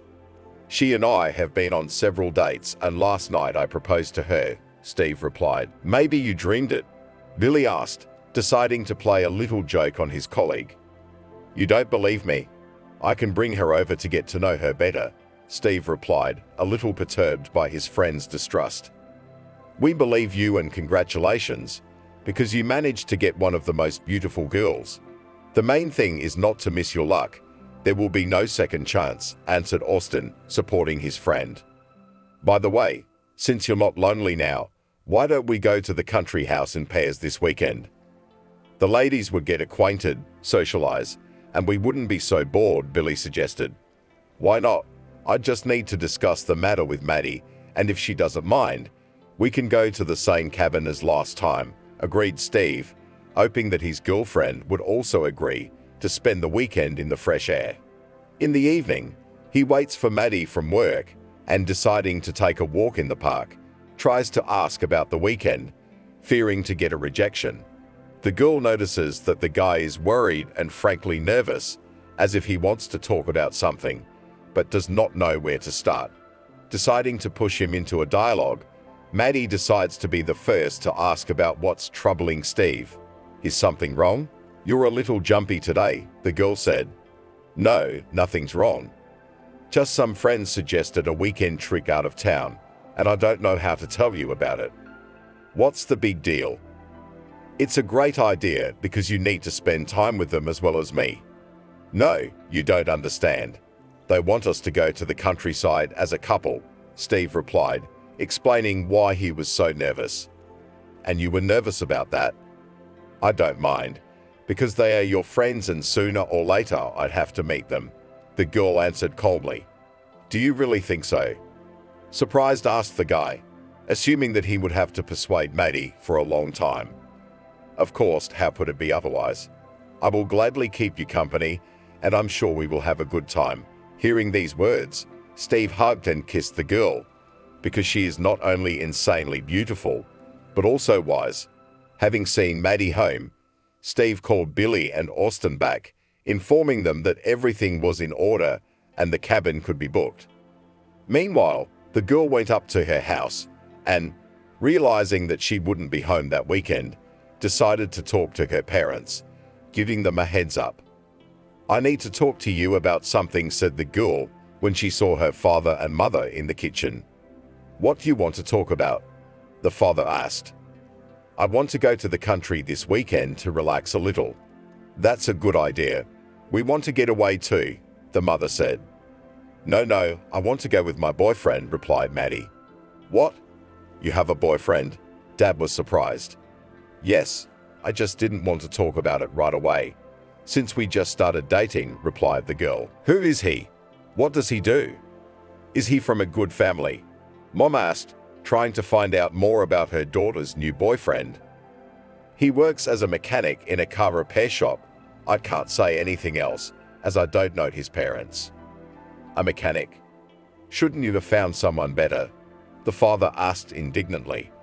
What's wrong with this profession? I don't care about material status, and it's more important that Steve is a good person, replied the daughter. All right, so be it. When will you introduce us to him? The mother asked. I'll do it a little later. For now, we want to go and relax with his friends. Okay, but don't take too long. We need to know who you're hanging out with. Look, me, if he offends you, nothing good awaits him, said the father, worried about his daughter. Don't worry, no one is going to hurt me, Maddie replied, reassuring her father. After discussing the upcoming weekend with her parents, the girl went to her bedroom to get some rest before the next working day. Meanwhile, Steve and his friends rented a cabin and went to the store to get groceries before heading out of town. Closer to the weekend, they gather as one big group. Billy took his spouse, Austin took a girlfriend he had gotten relatively recently, and Steve took Maddie with him. Once they arrived at the cabin, they settled in, and after making dinner, they decided to socialize a bit and get to know each other better. I think you remember my co-workers from work. This is Austin and this is Billy, said Steve, introducing his friends to Maddie. Nice to meet you. My name is Maddie, replied the girl. We know. We saw you at the fitness center.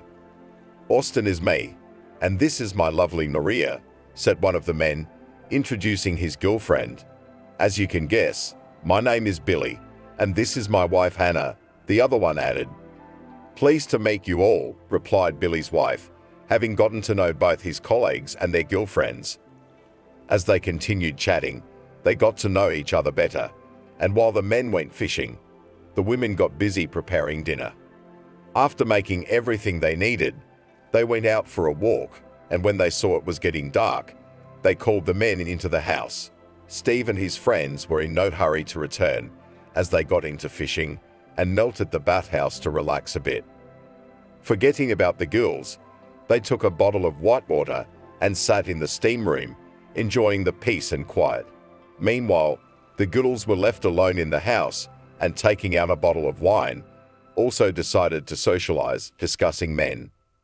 In the morning, everyone goes back to town, and Steve, having returned home closer to lunchtime, meets his parents, who knew nothing about his plans for the weekend. Where have you been and why didn't you spend the night at home? The mother asks when she hears that her son has come home. Hi, Mom. With friends went out of town, were fishing, Steve replied. And we do not need to warn us about it. Mom was worried. Couldn't get through, Billy answered. I'm sorry. My phone was dead, and I didn't see that you called. There's nothing to worry about. I was with my friends and my girlfriend. Girlfriend?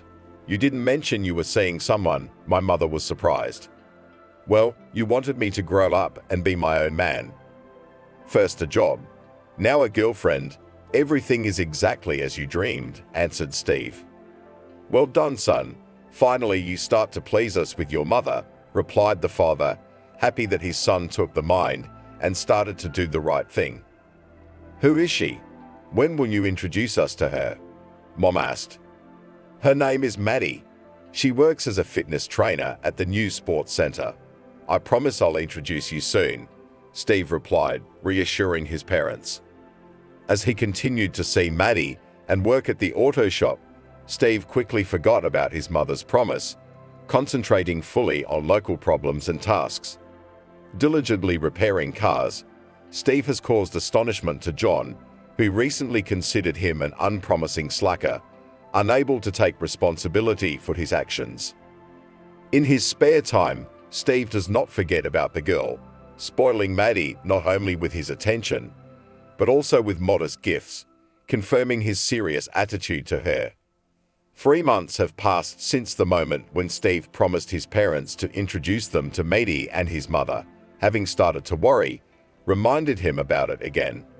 Realizing that further postponement is impossible, Steve decided to talk to the girl, discussing her future acquaintance with his parents. Having met Maddie, Steve invited her to the park to tell her about his mother and father's wish, but he couldn't find the words, not knowing where to start. You're kind of pensive and quiet today. Knowing you, I suppose you want to talk about something, Maddie asked, who had gotten to know Steve well enough over the months to notice any change in his behavior. Yes, I can't keep anything from you. I wanted to talk to you about my parents. I'm guessing they want to meet me, the girl asked. Yeah, that's right. I don't know how you'll react to it, but I really wanted you to understand, Steve replied. In principle, I don't mind, especially since my parents have wanted to meet you for a long time. Great, then I'll arrange for them to wait for you to visit, Steve asked, clarifying whether the girl was really ready to meet soon. Yes, okay. I think we can meet your parents this weekend. I hope they are not too picky, because I'm starting to be a little afraid, admitted Maddie, realizing that this is a serious and responsible step. No, they are simple and good-natured people, especially my mom, answered Steve, reassuring his girlfriend. Well then, okay, I agree. Hearing this, Steve was very happy and, hugging Maddie tightly, kissed her. When he got home, he told his parents that they might be meeting soon and nothing could be planned for the weekend. Hearing agreement on their part, Steve called the girl back and clarified that her parents would be expecting her on Saturday closer to 6 in the evening. To make it convenient, he will pick her up, and on the way they will buy some cake for tea. Maddie agrees, and soon the weekend arrives. Meeting with the guy, she is very nervous and afraid. At some point, the girl even wanted to run away, refusing the acquaintance, but she realized that it would be ugly, and she has no way back. "Hello, my name is Maddie. Glad to meet you," said Maddie, seeing Steve's mother on the threshold of the apartment. "Hello, Maddie.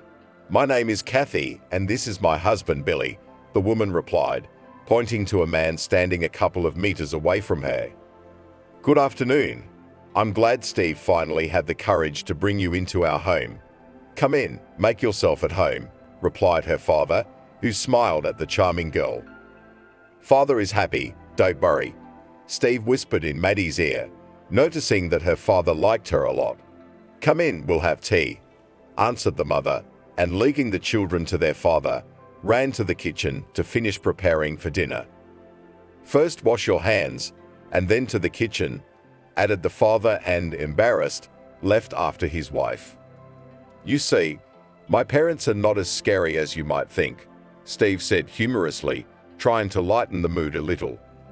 "Yeah, I noticed," Maddie replied, calming down a bit.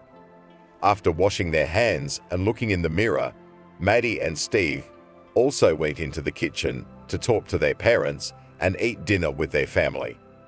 "You're a trainer at the fitness center, right?" Katie clarified, trying to find out more about Maddie. "Yes, that's right. My mom works as a school principal, and my dad is on the city council," Maddie replied, telling not only about herself, but also about her parents. Hearing this made Steve's parents a little embarrassed and uncomfortable, as they have simpler and more modest jobs with little income. "That's great, and I work as an accountant in a small private office." Billy is an energy engineer, but has been in a management position for several years, the mother replied, telling us about herself and her husband. "Oh, that must be very interesting," the girl replied kindly, glancing at Steve's father. "Well, I wouldn't say that, but maybe you're right," Billy replied, embarrassed. As they continued chatting, the parents noticed that Maddie was not only charming, but also pleasant in conversation, smart and intelligent girl, communication with whom brought a lot of pleasure. Noticing that it was already too late, Maddie apologized, as she had to go home. Her parents did not delay the girl and made their son walk her home, as it was getting late, and it was not quite safe outside. When Steve returned home an hour later, he noticed that his parents were still sitting in the kitchen discussing something. "Didn't you guys go to bed yet? It's late. Come over for a minute," the mother said, offering her son a cup of tea. "What is it?" "Don't tell me you didn't like Maddie," Steve replied, worried about his parents' acquaintance with the girl. "Are you mad? We expected all sorts of things and prepared for the worst, but Maddie is a dream come true. On the contrary, we wanted to tell you to hold on to this girl with both hands, and if you really like her, don't take too long to propose," Billy replied. "I don't think I'm planning to get married. It's too soon," Steve replied. "Too young? You're 28, you're about to turn 30, and you still don't have a wife or kids. Maddie is a wonderful girl, and I'm sure you'll have wonderful children," replied the mother, dreaming of grandchildren. "All right, I'll think about it."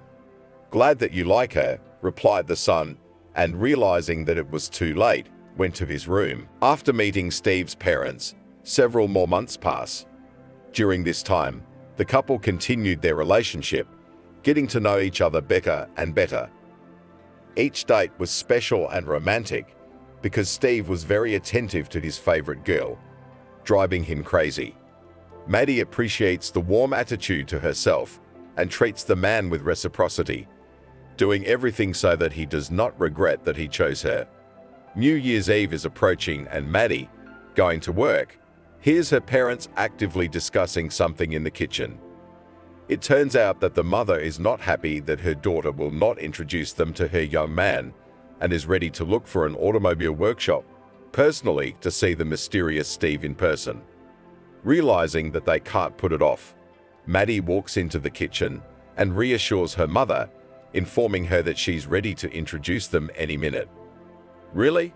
You're really ready for us to meet your boyfriend? I was beginning to think he was fictional and didn't exist. Mom replied with irony in her voice. No, he's real and you'll soon see it. You can say where and when you're ready to meet him and I'll talk to Steve. Invite him to our house for a holiday dinner, answered the father, realizing that New Year's Eve is a family holiday, during which it will be very useful to meet his daughter's fiancé.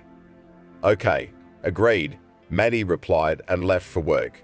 Realizing that she still had a few minutes before the beginning of the working day, the girl decided to call Steve, warning him that her parents wanted to meet him and it was impossible to delay. Hello, my favorite. Aren't you busy? The girl asked, getting through to the man. Hi, sweetheart. No, I just arrived at the workshop. And how are you there? Something happened or just missed? Steve asked, not expecting from Maddie such an early call. Both. My parents are already panicking that you don't exist, or I'm just afraid to introduce you to them. I had to tell them that we're ready to meet at any time, and my dad invited you to New Year's Eve dinner. I hope you don't mind that. Of course, I don't mind. I think it's time I got to know them too. Or it would be awkward to do it during marriage, Steve replied. Marriage? Are you proposing to me already? The girl asked, embarrassed. Well, not yet. But you never know. Anything can happen, Steve replied, realizing that his joke was not quite appropriate. So I call my parents and say that you agree? Maddie tried to clarify. Yes, you can reassure them and tell them that I am absolutely real, and in a few days they will see me at their house. Okay, thank you. Maddie answered and hung up the phone and called her parents back to tell them that the New Year's Eve dinner would be held in Steve's company. Having got another car to work on, Steve can't concentrate on his task for a long time, as he realizes that in a few days, a very important and responsible step awaits him. It is not only uncomfortable, but also embarrassing to go to the house empty-handed. So Steve decides to spend the next 2 days trying to find some presents. He knows practically nothing about the girl's parents and realizes that he can't do without Maddie's help. Having hardly worked his shift, the man hurried to the fitness center and, after waiting for the end of the training process, called Maddie to him. Hi, what are you doing here? I thought we didn't have an appointment today, she said, not expecting to see Steve. Hi, yeah, I understand, but we need to talk. What's up? Did you change your mind? Maddie asked, scared. No, I haven't changed my mind. That's not what I meant. A New Year's Eve dinner without presents is unforgivable, and I don't know your parents at all. Will you help me pick out something for them that will be pleasant and memorable surprises? Steve asked, calming the girl down. Oh, that's what you mean. Of course I'll help, replied Maddie, realizing that it was no big deal. After having coffee at the fitness center, Maddie went home and Steve called his friends to borrow some money since his salary does not allow him to buy several good gifts at once. The next morning, the couple met up and went shopping in search of gifts for their parents. Having bought a beautiful scarf for Maddie's mother and a modest souvenir for her father, Steve realized that they could not do without something tasty for the holiday table. Afraid not to guess with the choice, the man decided to limit himself to a cake and a bottle of champagne. December 31 comes and Maddie, having run away from work right after lunch, goes to Steve's car repair shop to give him a ride home and from there go to her place for dinner. After taking all the presents, the couple goes to the girl's house and, ringing the doorbell, wait impatiently for someone to open the door. At some point it opened, and Steve saw a beautiful woman, by the appearance of which was not difficult to guess that this is Maddie's mom, because they are alike as 2 drops of water.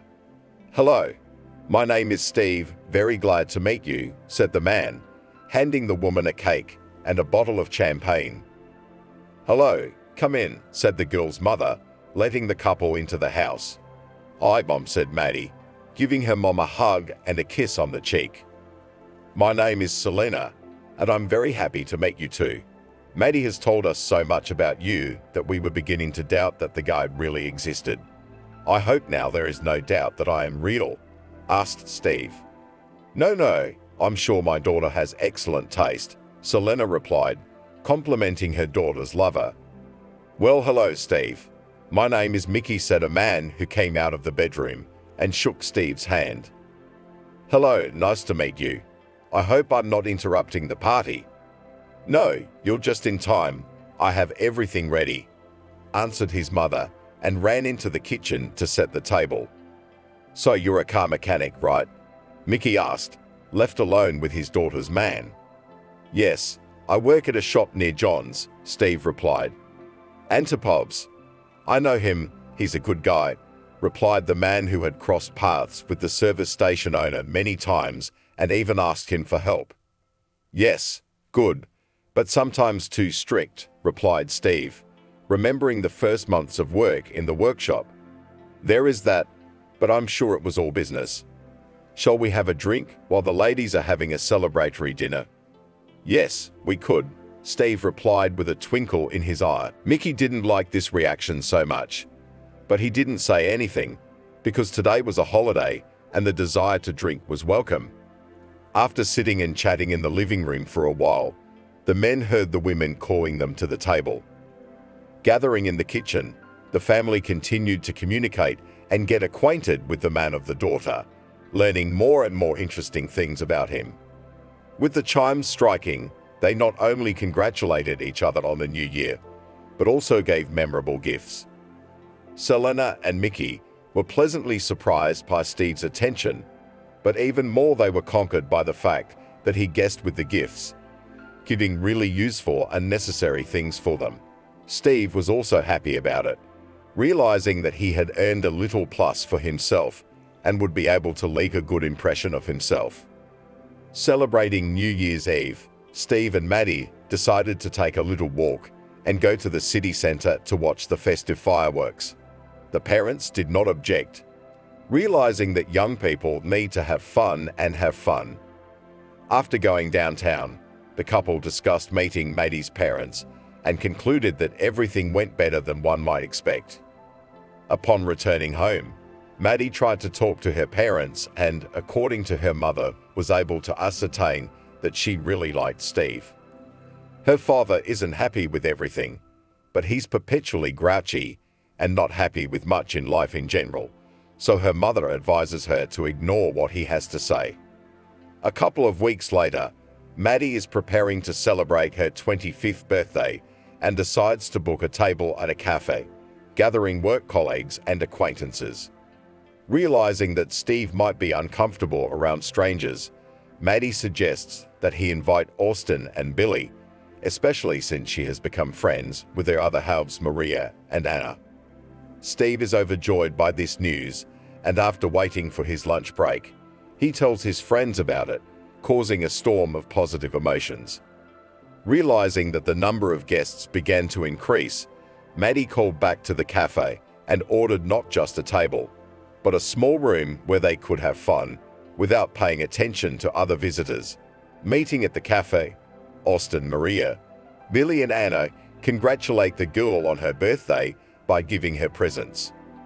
Soon Maddie's work colleagues arrive at the party, who also decided not to reinvent the wheel, presenting money for the girl to spend on what she needs most. The last to arrive at the party is Steve, explaining that he has a special surprise to present at the end of the evening. Having filled their glasses, everyone once again congratulates Maddie on her birthday and cheerfully celebrates this event, dancing and singing at karaoke. Gradually, the evening comes to an end, and realizing this, Steve decides to reveal his surprise. "Maddie, can I talk to you for a minute?" said the man, realizing that soon the guests will begin to disperse. "Yeah, sure. Remember, I told you that at the end of the evening, you will have a special surprise?" Steve asked, anticipating an interesting and original gift. "Yes, you said that at the beginning of the evening," Maddie confirmed. "We've known each other for a while, and I've realized that I'll never find a better girl than you. You're smart, beautiful, and just a wonderful person that I've never doubted for a minute, and I hope I never will. Today is your day, and I want to make it the brightest and most memorable. I hope this gift will make you happy," said Steve, and knelt down and pulled a ring box out of his pocket. "Oh my God, are you serious?" asked a shocked Maddie, realizing what was going on. "Yes, and you, when will you be ripe?" Maria asked, elbowing her man in the side. "As soon as," so immediately he answered, trying not to be specific.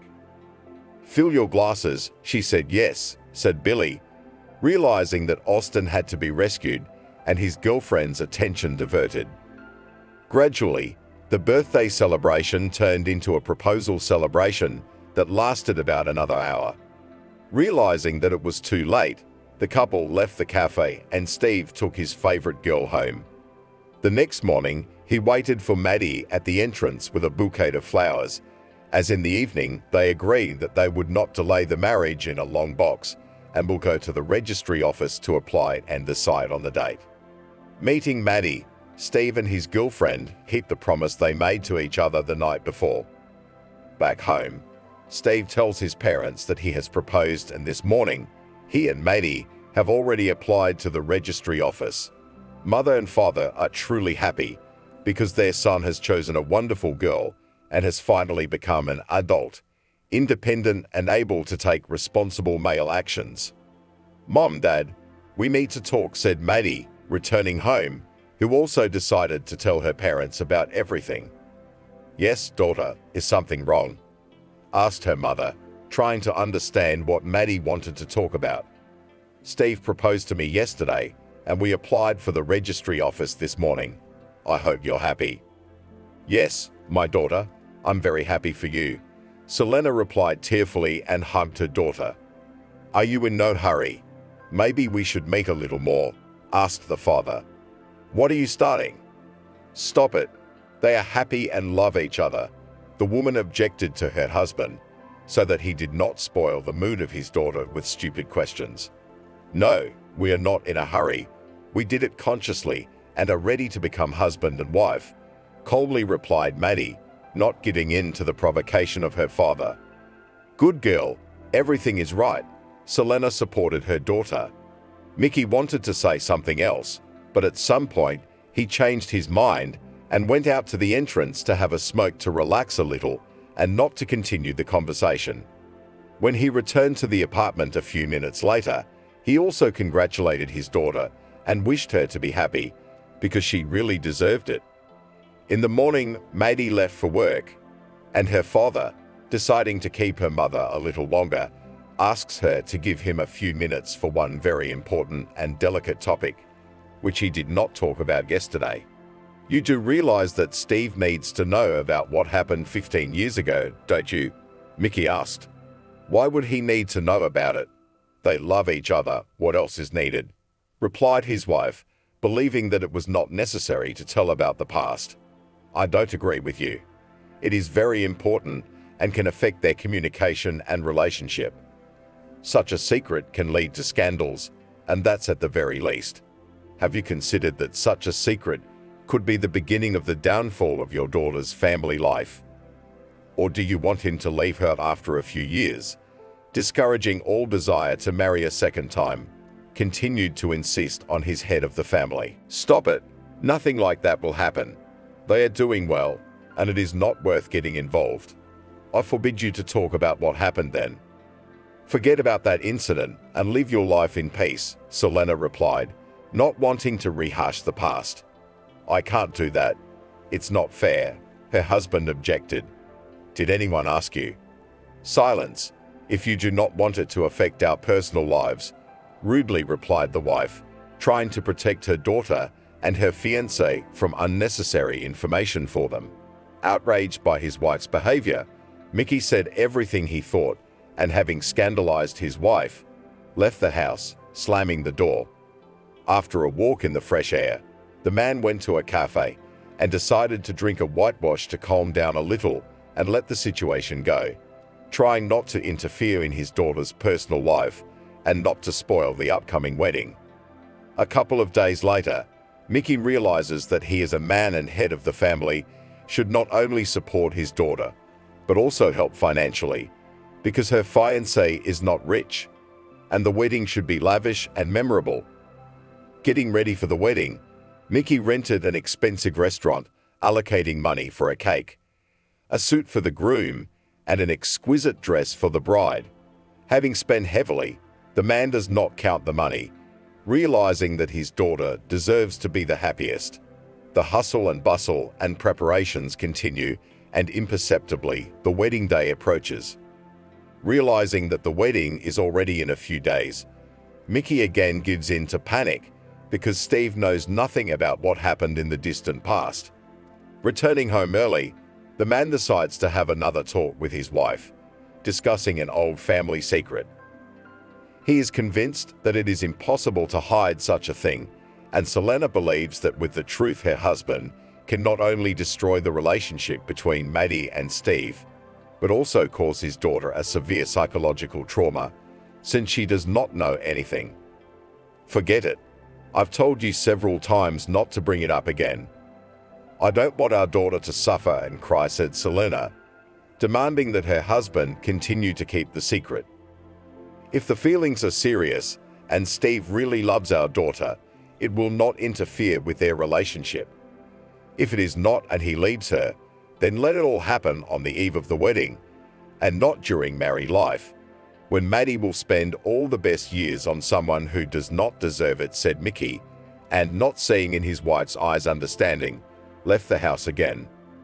Realizing that this cannot go on indefinitely, the man leaves to meet Steve.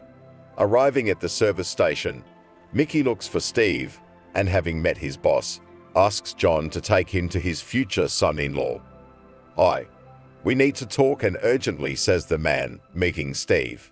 Hi, okay, I'll be done with the car repairs now and we can talk, the auto mechanic replied.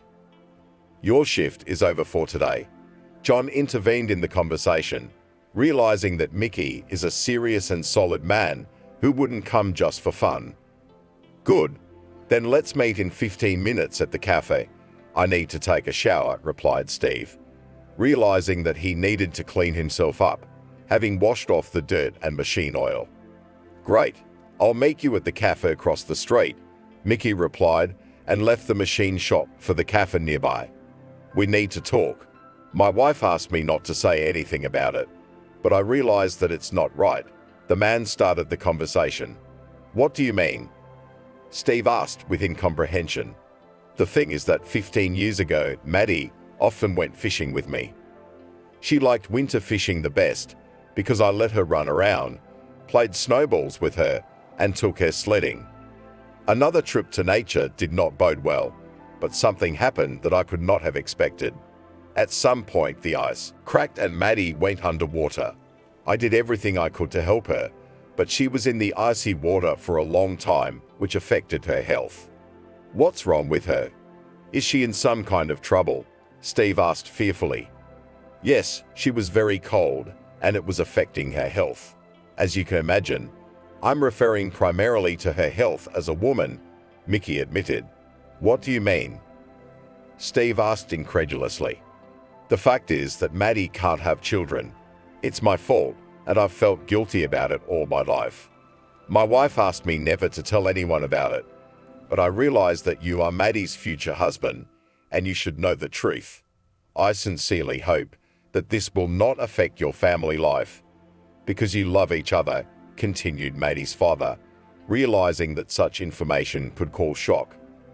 Yes, I understand, Steve said, his thoughts scattering in different directions. For a few minutes, Mickey continued to say and explain things to Steve, but he couldn't hear anything as he was thinking about what he had just learned. After hearing the story to the end, Steve, without answering a word, jumped out of the cafe and took a cab to the fitness center. Once there, he called Maddie, demanding that she come outside right away as he had a serious conversation to have. Hi, is something wrong? You seem nervous today, Maddie said, meeting Steve outside the fitness center. Why didn't you say anything to me? Why am I finding out at the last minute? The man started asking, trying to get a confession. "What are you talking about? I do not understand what's going on," confusedly replied the girl.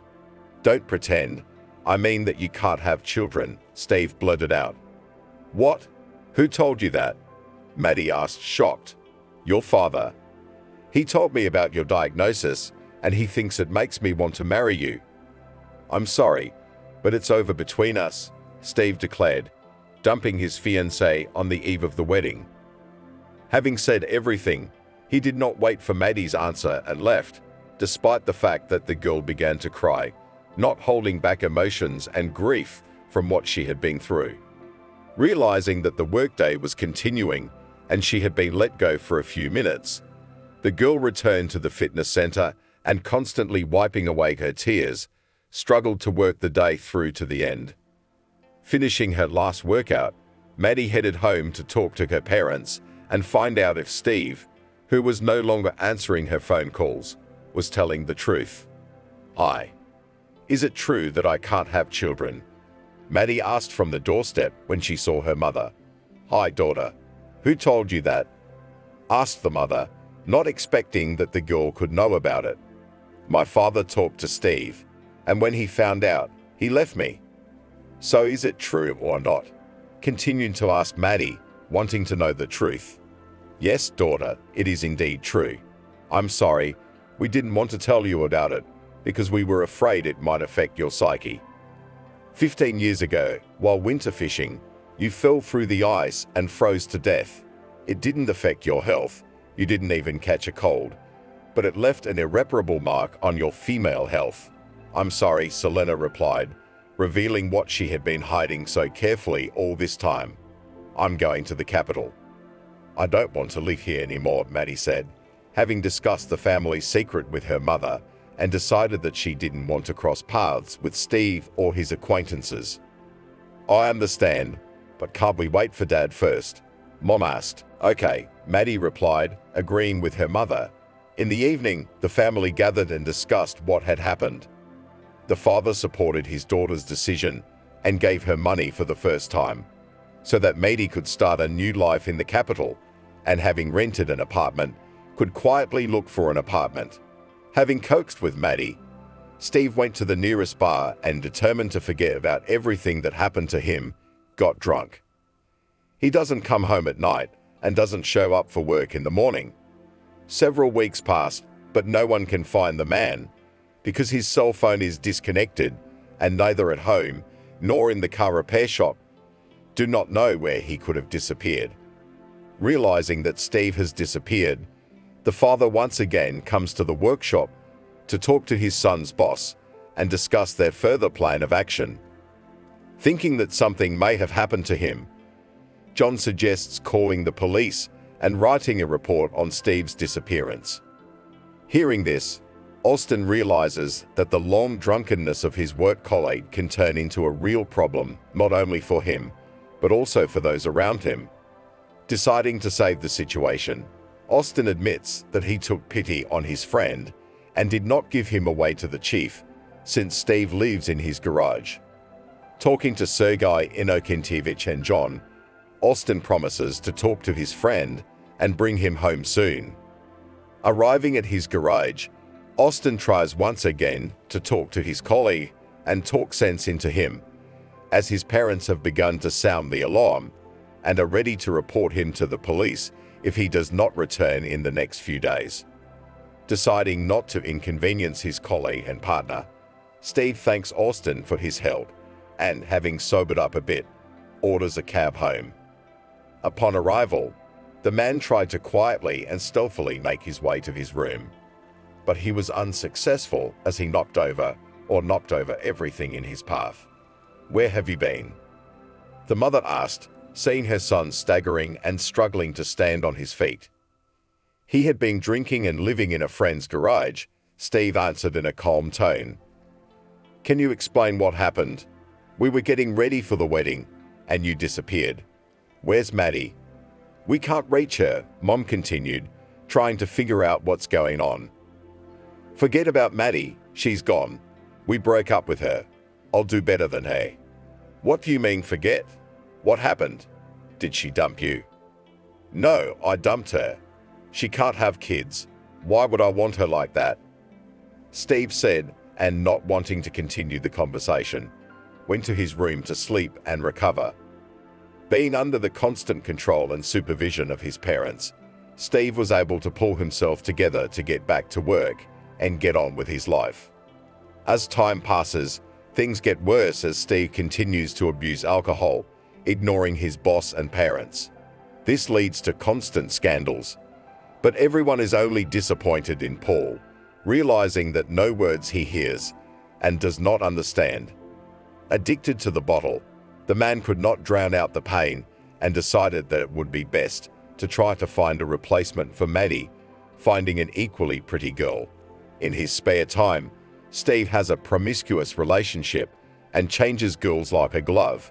But none of them can compare with Maddie, so the man drinks even more.